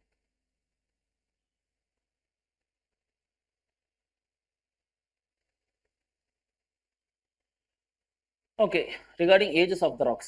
Rocks on the ocean floor are much younger than those on continents. Yes, see ஒரு இப்போ நீங்கள் இப்போ sometimes நம்ம இந்த கொஸ்டினை பார்க்க நம்மளுக்கு தோணும் எல்லா ராக்ஸும் ஒரே டைம் தானே ஃபார்ம் ஆச்சு அப்படின்னு சொல்லி யோசிக்கலாம். அப்போ நம்ம ஓல்டு நியூன்னு சொல்லி எதை வச்சு சொல்லுவோம்னா for example let us take India, total இந்தியாவை எடுத்தீங்கன்னா சவுத் இந்தியன் ரீஜன் கோண்டவானா ராக்ஸ்னு சொல்லுவோம். One of the oldest rock systems of the world அப்படின்னு சொல்லுவாங்க கோண்டவானா ராக் சிஸ்டம். அதான் ஆர்கினுக்கு அடுத்தது ஓல்டஸ்ட்னா இதுதான், one of second oldest rock system of the வேர்ல்டுன்னு சொல்ற அளவுக்கு ரொம்ப ஓல்டஸ்ட். அப்போ மற்ற ராக்ஸ் எல்லாம் என்ன வந்துட்டு லேட்டர் தான் ஃபார்ம் ஆச்சு அப்படின்னா அது அப்படி இல்லை. These rock systems have not been disturbed by actions like weathering or erosion much like other rocks. So இப்போ நீங்கள் நார்த் இந்தியாலாம் பார்த்தீங்கன்னா கம்ப்ளீட்லி அங்கே ரிவர்ஸ், நிறைய பெரினியல் ரிவர்ஸ் ஓடி அங்கே இருக்க ராக்ஸ் எல்லாமே வந்துட்டு வெதரிங் நடந்து, இரோஷன் நடந்து, நியூ சாண்டாமர் அலுவியல் சாயிலாக வந்து மாறி இருக்கு, அப்புறம் சாண்ட் ஸ்டோனாக மாறி இருக்கு. ஆனால் இங்கே அப்படி இல்லை. இங்கே most of the rock system still there igneous rock systems. உருவான டைம்ல எப்படி இருந்துச்சோ அப்படியே இருக்கு. இதே மாதிரி தான் பார்த்தீங்கன்னா ஓஷன் ஃப்ளோரில் வந்துட்டு this disturbances of weathering or erosion is very less. The rocks which were formed during the primordial earth, they are still existing. அதனால தான் பார்த்தீங்கன்னா rocks on ocean floor are much younger and those on continents அப்படின்னு சொல்றதுக்கு இதுதான் காரணம். ஏன்னா அங்கே வந்துட்டு erosion நடக்காது, weathering நடக்காது, but something called ocean floor spreading நடந்துட்டு இருக்கும். ஸோ அப்போ நியூவாக ஓல்டான எதை வச்சு நம்ம சொல்கிறோம், அந்த ராக் வந்து ராக் சைக்கிள் நடக்குதா, புது ராக்காக மாறுதான்றது தான். ஸோ வீணோ இன் அட்லாண்டிக் ஓஷனில் சென்டரில் ஓஷன் ஃப்ளோர் ரெண்டாக பிரிஞ்சுட்டு இருக்கும், இப்படி பிரிஞ்சு போயிட்டு இருக்கும். அடியிலேருந்து நியூ மேக்மா வந்து நியூ ராக்ஸை உருவாகிட்டு இருக்கும். Every time new rock is being created. So definitely ocean floor rocks R newer and younger when compared to continental rocks. That is one thing. The next one, age of the rocks decreases as one moves away from the crest of the mid-oceanic ridges. For sure, we know this. So if this is Atlantic Ocean, we know if this is the Atlantic Ocean benthic plate, கீழே magma வந்துட்டு உள்ள இருந்து magma வரும்னு தெரியும் நம்மளுக்கு. So mid oceanic ரிட்ஜில் mountains create ஆகும். கொஞ்ச நாள் ஆனோன்னு என்ன ஆகும், மறுபடியும் இது நகருமா, இந்த ராக்ஸ் வந்துட்டு மறுபடியும் இந்த பிளேட் நகர ஆரம்பிக்கும். ஸோ ஃபார் எக்ஸாம்பிள் இந்த பிளேட் அப்படியே இப்படி நகர்ந்துருமா இந்த பக்கம் கொஞ்சம் தூரம், ஏன்னா here it is a diverging plate. So அதே மாதிரி இங்கேயும் வந்து பார்த்தீங்கன்னா இந்த பிளேட்டு கொஞ்சம் நகர்ந்துருமா, இப்படியே நகர்ந்தோன்னு என்ன ஆகும், மறுபடியும் வந்து பார்த்தீங்கன்னா புது மேக்மா கிரியேட் ஆகுது அடியிலிருந்து. அகேன் அடியில இருந்துட்டு இதை நகரும் போது இதோட சேர்த்து நகரும், இதுவும் நகர்ந்துரும்ல. ஸோ இதுவும் என்ன ஆயிரும், அப்படியே நகர்ந்து இந்த பக்கம் கூடயே போயிடும், இது நகர்ந்து அப்படி இந்த பக்கம் கூட போயிடும். ஸோ அகெயின் அடியிலிருந்து புது மேக்மா கிரியேட் ஆகும், அடியிலிருந்து வர புது மேக்மா வெளியில வந்து மறுபடியும் புது ராக் கிரியேட் ஆகும். அப்போ this is older, already create ஆகி sea floor spreadingனால வெளியே போனது. This is older. So this is new rock that is created or new mountain that is created. So இதனால தான் second point, age of the rocks decreases as one moves away from the crest of mid oceanic ridges. No, it increases. சைடுல உள்ளதெல்லாம் பழசு, நடுவுல தான் புது புது rocks உருவாயிட்டே இருக்கு. So அதனால answer is one only. Second one is wrong. Okay.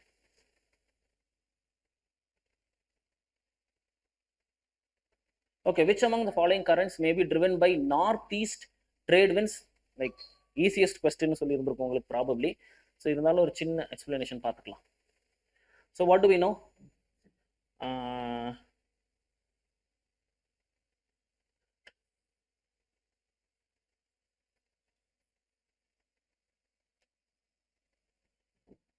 And here you have South America and North America, and here you have Australia, and this is, we know, equator. So அப்போ இந்த ரீஜன்ல என்ன ஆயிட்டு இருக்கும், trade winds இப்படி போயிட்டு இருக்குமா, ரெண்டு பக்கமும் ட்ரேட் விண்ட்ஸ் இப்படி போயிட்டு இருக்கும். Trade winds or tropical easterlies or whatever it is moving. So இந்த விண்டோட டைரக்ஷனோட எஃபெக்ட்னால எங்கெல்லாம் ஓஷன் கரண்ட்ஸ் கிரியேட் ஆகும். ஸோ இங்கே உருவார ஓஷன் ஒன்று இந்த ஈக்குவட்டோரியல் ஓஷன் கரண்ட்ஸ் ரெண்டுமே, south equatorial and north equatorial. அதே மாதிரி இங்கே கெனரி கரண்ட் எங்கே போயிட்டு இருக்கும், இந்த இடத்துல தானே போயிட்டு இருக்கும். கெனரி கரண்ட் இப்படி தானே போயிட்டு இருக்கும். See again because of the trade விண்டோட எஃபெக்ட். ஸோ ஆப்ஷன்ஸ்ல வேற என்ன விண்டெல்லாம் இருக்குன்னு பார்க்கலாம். Gulf stream, see gulf stream இது just opposite in direction. Gulf stream இங்கே போயிட்டு இருக்கு, இப்படி போகுது ஆப்போசிட். இது வந்து வெஸ்டர்லீஸ் விண்டோட எஃபெக்ட்ல இருக்கு. ஸோ அடுத்து இன்னொன்று பார்க்கலாம். பெங்குலியா கரண்ட், பெங்குலியா கரண்ட் எங்கே போயிட்டு இருக்கும், இங்கே. பெங்குலியா கரண்ட் இந்த பக்கம் போயிட்டு இருக்கு. It is going from bottom upwards. So இதில் எங்கேயுமே எஃபெக்ட் வந்து பார்த்தீங்கன்னா ட்ரேட் விண்டோட எஃபெக்ட் இல்லை. இங்கே வந்து கீழே அண்டார்டிக் சர்க்கம் போலார் கரண்ட்லேருந்து வந்து இங்கே மேலே போயிட்டு இருக்கும், cold current. Okay, another one, what is north Atlantic drift. North Atlantic drift it is the continuation of gulf stream. சான்ஸே இல்லை, வெஸ்டர்லிஸோட effect. So one option we have, that is Canary current, which is a cold current which is flowing somewhere over here in this region. Okay, so this is the Canary current.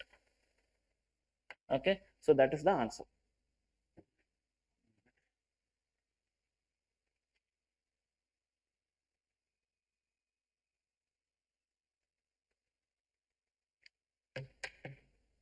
Okay, next one.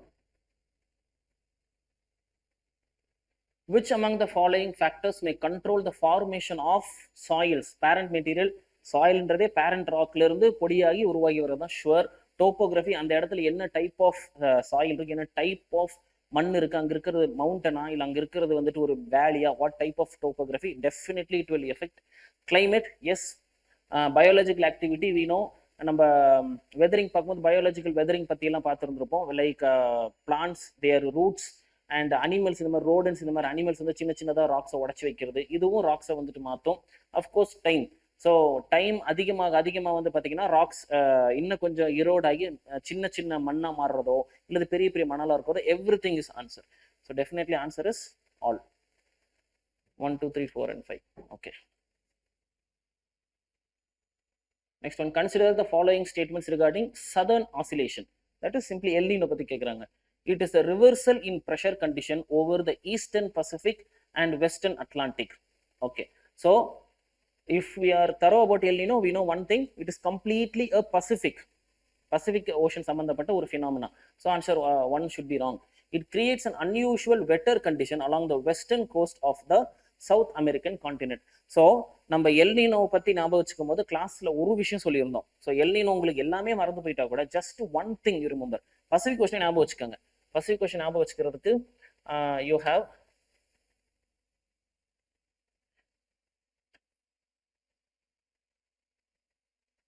South America here, and then you have Australia here, let us say. So this is Pacific Ocean. And somewhere over here, sorry, somewhere you have the equator. So this is the point.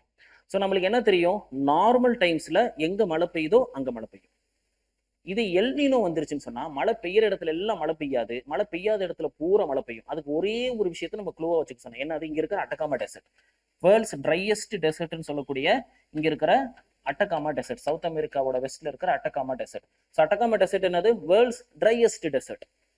ஆனா அப்ப L Niño வரும்போது என்ன ஆகும், opposite இல்லையா, அப்ப இங்க மழை பெய்யும்னு அர்த்தம். அப்ப இது என்னது, இது வந்துட்டு ஈஸ்டர்ன் பசிபிக், இது வெஸ்டர்ன் பசிபிக். ஸோ அப்போ ஈஸ்டர்ன் பசிபிக் ரீஜன்ல ஆர் வெஸ்டர்ன் சைட் ஆஃப் கான்டினென்ட்ல மழையே வரக்கூடாத ஒரு இடத்துல மழை வருது. This is El Nino or southern oscillation or whatever. இந்த ஒரு பாயிண்ட் ஞாபகம் வச்சுட்டு மற்ற எல்லாத்தையும் ஞாபகம் வச்சுக்கலாம். அப்போ ஈஸ்டர்ன் பசிபிக்ல மழை வருதுன்னா அப்போ கண்டிப்பா இப்படி other side of the oscillation western pacific ரீஜன்ல மழை வராது அப்படின்னு அர்த்தம். ஸோ அட்டகாமா டெசர்ட்டை மட்டும் ஞாபகம் வச்சுட்டு எல் நீனோல என்ன நடக்கும், லானினால என்ன நடக்கும், நார்மல் கண்டிஷன்ல என்ன நடக்கும்ன்றத ஈஸியா நம்ம கெஸ் பண்ணிடலாம். ஸோ இப்போ ஆன்சர் பார்ப்போம். It creates an unusual wetter condition along the west coast of South American continent. கரெக்டா, சவுத் அமெரிக்கன் கான்டினென்ட்டோட வெஸ்ட் கோஸ்ட்ல அன்யூஷுவல் வெட் கண்டிஷன், அதாவது அங்க வந்து மழையே பெய்யாத ஒரு பகுதி ஆனா மழை பெய்யும். That is El Niño. Yes, that is correct. So answer is second point is correct. That is why answer is B, 2 only. Okay.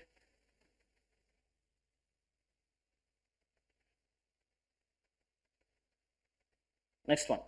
So which among the following are the characteristics of temperate grasslands? So grasslandsல ரெண்டு இருக்கு தெரியும் நம்மளுக்கு, savannah grasslands, temperate grasslands. இதுல எது ரொம்ப பெரிய சைஸா இருக்கும், கிராஸ்ன்றது ரொம்ப சிம்பிளா எப்பவுமே ஞாபகம் வச்சுக்க வேண்டிய விஷயம்.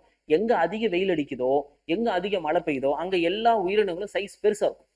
முக்கியமா பிளான்ட்ஸ் வந்துட்டு சைஸ் ரொம்ப பெருசா இருக்கும். அதனாலதான் ஈக்குவட்டோரியல் ரீஜன் எல்லாம் சைஸஸ் பெருசா இருக்குது. அப்ப கிராஸ் வந்து டெம்பரேட் ரீஜன்ல மழையும் கம்பேரிட்டிவ்லி கம்மி, மாடரேட் ரெயின்ஃபால், சன்லைட் படுறதும் கம்பேரிட்டிவ்லி கம்மி. ஸோ அப்போ ரெண்டும் கம்மின்னு சொல்லும் போது அந்த இடத்துல இந்த கிராஸோட சைஸ் கொஞ்சம் கம்மியா இருக்கும்.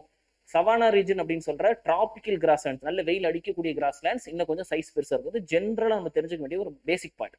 So the grass in these region, that is temperate grasslands region, are much taller than the grasses of tropical region. சான்ஸே இல்லை. எந்த ஒரு விஷயமா இருந்தாலும் plants need 2 things, sunlight and water for photosynthesis. அப்போ அதிக சாப்பாடு கிடைச்சா அதிக சைஸா வளரும். ஸோ நிறைய போட்டோசிந்தசிஸ், நிறைய சாப்பாடு, ஸோ அங்கதான் பெருசா வளரும். ஸோ சவானால தான் பெருசா வளரும். தட் இஸ் வெயில் அதிகமா இருக்கக்கூடிய டிராபிக்கல் கிராஸ்லேண்ட்ஸ். டெம்பரேட் கிராஸ்லேண்ட்ஸ் அவ்வளவு பெருசா இருக்க முடியாது. So 1 is wrong. Suitable for highly productive mechanized cultivation. That is what is happening everywhere. அமெரிக்காவோட பிரேரிஸ் ரீஜன், உலகத்துக்கே வீட் சப்ளை பண்ற Ukraine and Russia, all these are temperate grasslands. அங்க அக்ரிகல்ச்சர் எப்படி இருக்குது? Mostly completely mechanised agriculture. That is why farmers there are like any other businessmen, they are huge business people, they are millionaires and billionaires there because they have huge tracts of land and cultivation is done by mechanism. So அதனால தான் வந்து பார்த்தீங்கன்னா machines நிறைய use பண்ணக்கூடியது 100% correct.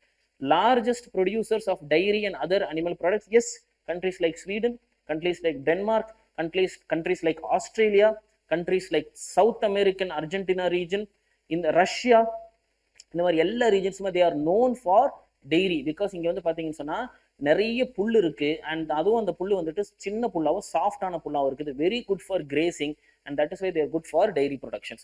So answer is both 2 and 3. Okay, next one.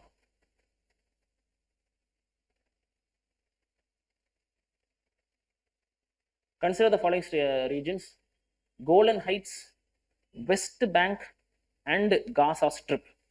So இதுல Golan Heights பக்கத்துல Sea of Galilee இருக்கான்னு கேட்குறாங்க, எஸ். அண்ட் வெஸ்ட் பேங்க் பக்கத்துல டெட் சி இருக்குதா? வெஸ்ட் பேங்க் இந்த சைடில் இருக்கும், Dead Sea, yes. Gaza Strip, Mediterranean Sea, yes, that is also correct. So இது தெரியணும்னா பேசிக்காக மேப் வந்து லைட்டாக நம்ம தெரிஞ்சு வச்சிருக்கணும். இப்போ எப்படி இருக்கும் மேப்? ஸோ இது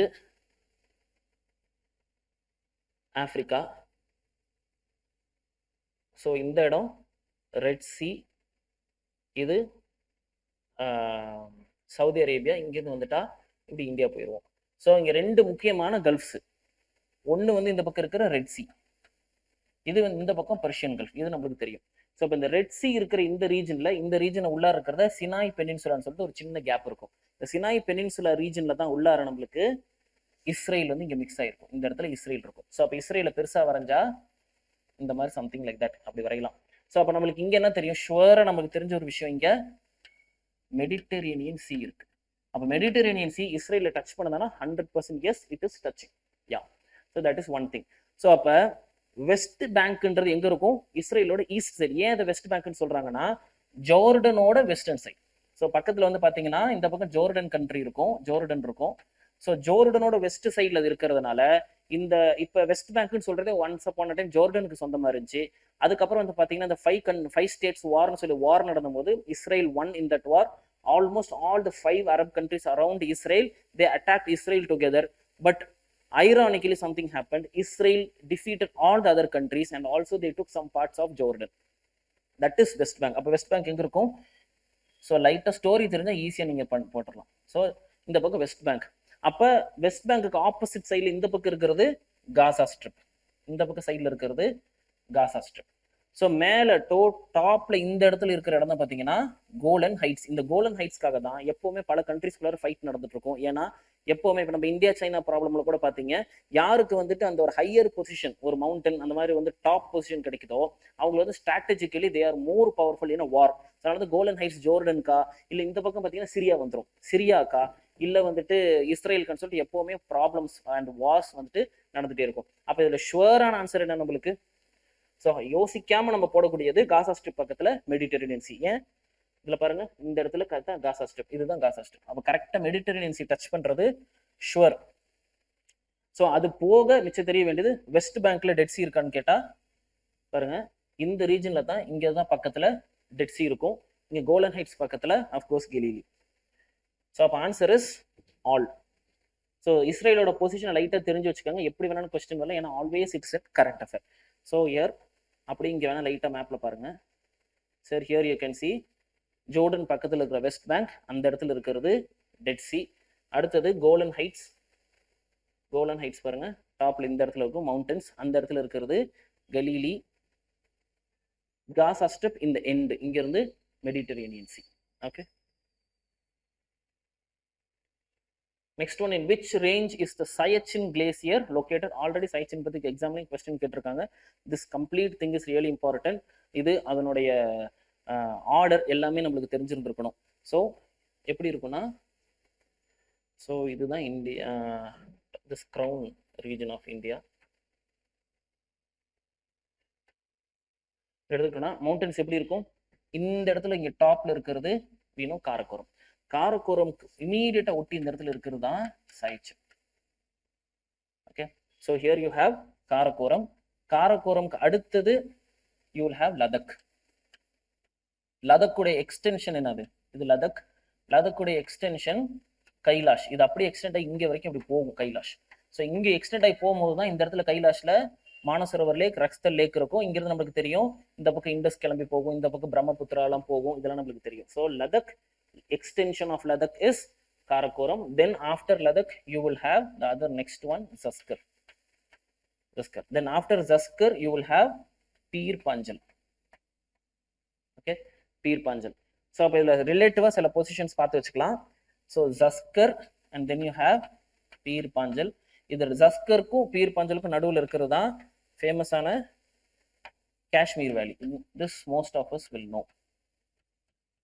ஓகே, அதே மாதிரி இண்டஸ் ரிவருக்கு கிளம்பி வருது, இப்படி நடுவில் பூந்து இப்படி போகும். ஸோ அப்போ எங்கே போகுதுன்னு பார்த்தீங்கன்னா லதக்குக்கும் ஜஸ்கருக்கும் நடுவில் போகிறது இண்டஸ். ஸோ இந்த காஷ்மீர் வேலியிலேருந்து அப்படியே ஈஸ்ட் சைடு இந்த இடத்துல பார்த்தீங்கன்னா இங்கே ஒரு லேக் இருக்கும். இந்த லேக் தான் நம்மளுக்கு தெரியும், பேங்காங்ஸோ லேக். ஸோ இந்த மாதிரி ரிலேட்டிவ் பொசிஷன்ஸ் அடிக்கடி கேட்குறாங்க, ஏன்னா this region is in contention. So நம்ம தெரிஞ்சுக்க என்னது, Pangong Tso lakh which is a salt water lakh, அதுக்கு மேலே இண்டஸ் போயிட்டு இருக்கு, அதுக்கு மேலே போனால் லதக் இருக்கு, அதுக்கு மேலே காரக்கோரம் மவுண்டன் பக்கத்தில் சயச்சின் லைட்டாக கொஞ்சம் ரைட்டாக இந்த பக்கம் தள்ளி வந்துட்டிங்கன்னா அக்ஸைச்சின் வந்துடும். ஸோ இந்த பக்கம் பிஓகே வந்துடும். இங்கே இண்டஸ் கிட்ட இந்த இடத்துல பார்த்தீங்கன்னா இங்கே வந்துட்டு இருக்கிறது ஷியோக் அப்படின்னு ஒரு ரிவர் வந்து இங்கே சேர்ந்துட்டு இருக்கும்.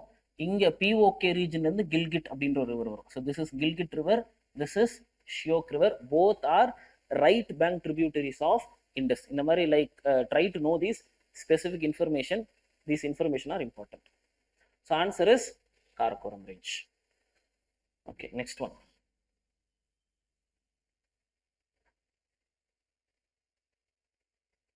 Okay, last question, I think so. Snow line is a line above which no vegetation grows on high altitude mountains because of permanent snow cover. இது நம்ம permafrost region கூட சொல்லுவோம் இல்லையா. ஸோ ஸ்னோ லைனுக்கு அடுத்து இருக்கிறது பேர் என்னது, அப்லேஷன் ஜோன். அங்கே வந்துட்டு சம்மர்ல பனி உருகிரும், வின்டர்ல பனி ஆயிரும். இந்த மாதிரி மாறிட்டே இருக்கிறதுக்கு பேர் அப்லேஷன் ஜோன். எப்பவுமே ஐஸாவே இருக்கிறதுக்கு பேரு frost zone or permafrost zone or above the snow line. இந்த மாதிரி பல பேர் இருக்கும். This snow line is higher for eastern Himalayas compared to that of western Himalayas. Now what are the reasons? Okay, we'll see one by one. So normally நம்ம வந்துட்டு Himalayas வரையும் போதே ஒரு விஷயம் பார்ப்போம். ஸோ இப்போ ஹிமாலயாஸ் மவுண்டன்ஸ் வரையும் போது நம்ம எப்படி வரைவோம்? Okay, will draw new.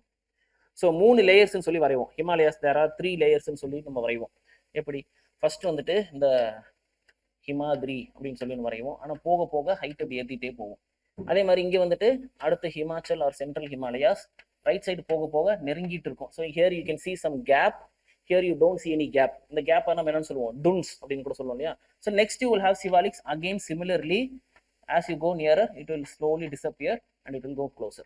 So on the right side we know the mountains are more taller because இந்த நம்ம பிளேட் டெக்டானிக்ஸ் மூவ்மெண்ட் நடந்தபோது நம்ம டெக்டானிக்ஸ்ல படிச்சிருந்திருப்போம். when the Indian plate moved, it moved in a C shape. So the right side got struck more. The right side had more pressure. So ரொம்ப பக்கமா mountains ஒரு layer ரொம்ப பக்கமாகவும் இருக்கும். அதே நேரத்தில் ப்ரெஷர் அதிகமாக இருந்தனால ரொம்ப டாலாகவும் இருக்கும் அப்படின்றத பார்த்துருந்துருக்கோம். ஸோ அப்போ டாலாக இருந்திருந்தா இதுவே ஒரு important reason to say what, see here. That is, slow line is higher for eastern Himalayas. You know, these mountains are more taller and more tapering. So இதுவே ஒரு ரீசன் ஆயிரும். So now we'll see what are the reasons, other reasons. So eastern Himalayas are near the equator. Yes, for sure they are near the equator. நம்ம shape of Himalayan mountains சொன்னா என்ன சொல்லுவோம், இப்படி இறங்கி வரும். So like this it is a crescent shape அப்படின்னு சொல்லியிருப்போம். So if we draw India little bit,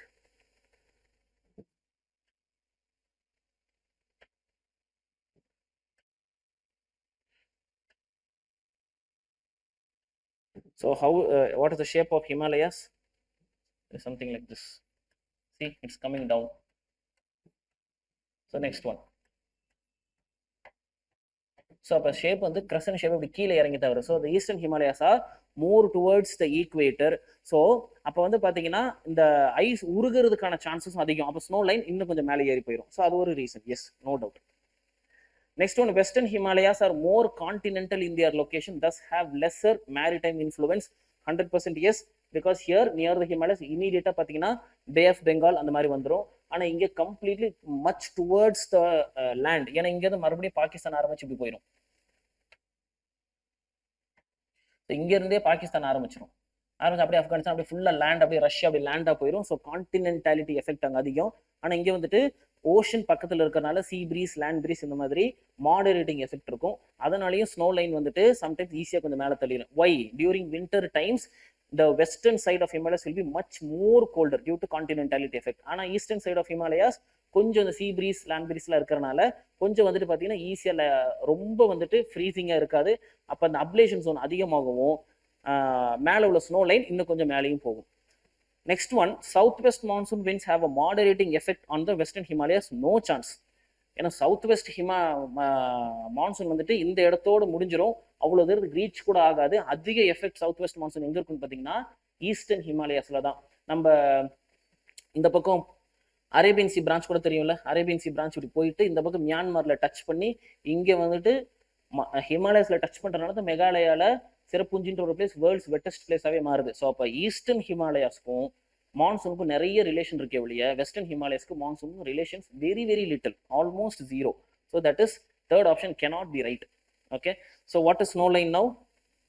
So now if you have a mountain, like this, so up to some point it is completely frozen. அதான் permafrost region சொல்றோம். So எங்க வரைக்கும் அந்த permafrost reach ஆகுதோ அந்த region தான் என்ன சொல்றோம், ஸ்னோ லைன் அப்படின்னு சொல்றோம்.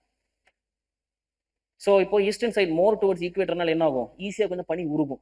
ஸோ அப்போ இன்னும் கொஞ்சம் உருகும். அப்போ ரொம்ப டாப்ல போனால் தான் நம்மளுக்கு எப்படி இருக்கும், பர்மாஃப்ராஸ்ட் ரீஜன் இருக்கும். அப்போ இந்த ஸ்னோ லைன் ஈஸியாக கொஞ்சம் மேலே நகர்ந்து இப்படி போயிடுறதுக்கு சான்ஸ் இருக்கு. ஏன்னா மேலே கொஞ்சோண்டு தான் பர்மாஃப்ராஸ்ட், கீழெல்லாம் கொஞ்சம் தனி ஐஸ் உருகும். அதனால தான் எங்கெல்லாம் ஹீட்டிங் எஃபெக்ட் அதிகமாக இருக்கோ, எங்கெல்லாம் மாடரேட்டிங் எஃபெக்ட் அதிகமாக இருக்கோ அங்கெல்லாம் ஸ்னோ லைன் ரொம்ப புஷ் ஆகி மேலே போகுது. So answer is both 1 and 2.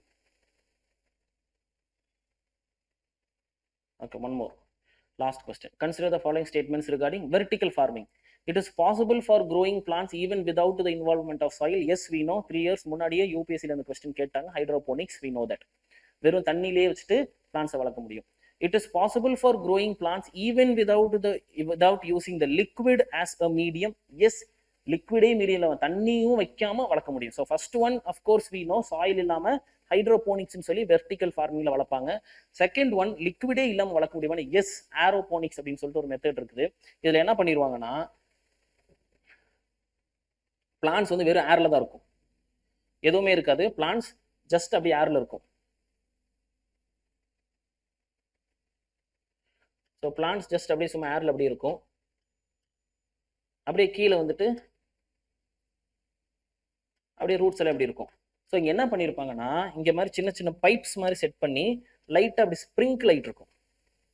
அப்படி வாட்டர் வந்து அப்படி ஸ்ப்ரிங்கிள் ஆகும். வாட்டர்னு மட்டும் இல்லாமல் இந்த தேவையானதுக்கான நியூட்ரியன்ஸ், இந்த மாதிரி நைட்ரோஜன், மெக்னீசியம், ஜிங்க், அந்த மாதிரி நியூட்ரியன்ஸ் எல்லாம் அப்படி ஸ்ப்ரிங்கிள் மட்டும் பண்ணுவாங்க. வாட்டர் கூட யூஸ் பண்ண மாட்டாங்க. Actually it is not water, it is just the nutrients. Nutrients will be sprinkle. அந்த ஸ்ப்ரிங்கிள் ஆகிற நியூட்ரியன்ஸை அப்படி ரூட்ஸ் பிடிச்சிக்கும், அவ்வளோதான். But just the plants will be hanging in air, not even water. So that is called aeroponics. So both the options are correct.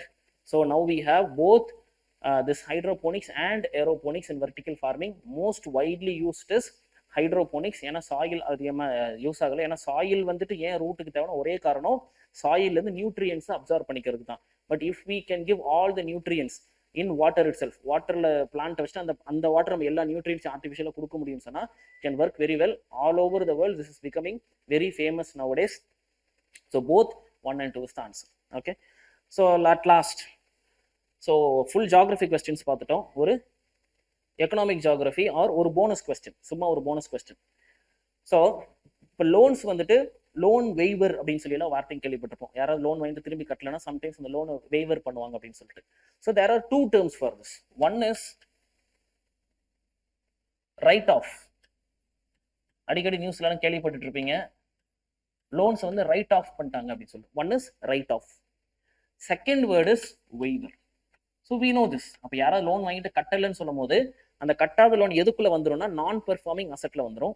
இப்போ அந்த லோன்ல வந்து ஒரு பர்டிகுலர் அமௌண்ட்டையோ இல்லை ஹோல் அமௌண்ட்டை கூட ரைட் ஆஃப் பண்ணிட்டாலோ இல்லை லோன் வெய்வர் பண்ணிட்டாலோ அந்த பேங்கோட என்பிஏல வரவே வராது, என்பிஏ விட்டு வெளியே போயிடும். It is not in NPA, not performing asset. So that is write off and waiver. So now one question. So இந்த ரெண்டுல எதை பண்ணுனா sometimes later the bank can recover the loan. எதை பண்ணுனா ஒரு தடவை வேணான்னு சொல்லிட்டு சொன்னதுதான் திரும்ப லோன் ரெக்கவரே பண்ண முடியாது. So among these two, in one option write off or waiver, ஒரு ஆப்ஷன்ல இப்போதைக்கு லோன் வந்து நீங்க லோன் பணத்தை திருப்பி கட்ட வேணாம்னு சொல்லி நாங்க எழுதி கொடுத்துறோம். But later if the bank thinks they can go again and they can claim the loan. So that is one among these two. Another one is you say that's it, எழுதி கொடுத்தாச்சு, done, hereafter லோனை திரும்ப வாங்கவே முடியாது. இதுல எதுல வந்து லோனை திரும்ப வாங்கவே முடியாது, எதுல லோனை திரும்ப வாங்க முடியும்? So answer, just put it in the YouTube comment and we'll give the right answer after that. And those who give the right answer, we'll just mention answer is right. That's all. Okay, we are not going to give the answer. You try to give the search for the answer and find out among these two எதுல வந்துட்டு லோனை திரும்ப recover பண்ணவே முடியாது, எது பண்ணா லோனை திரும்ப ரெக்கவர் பண்ண லேட்டர் டைம்ல சான்சஸ் இருக்கு. Find the answer and put it in the comment. Thank you.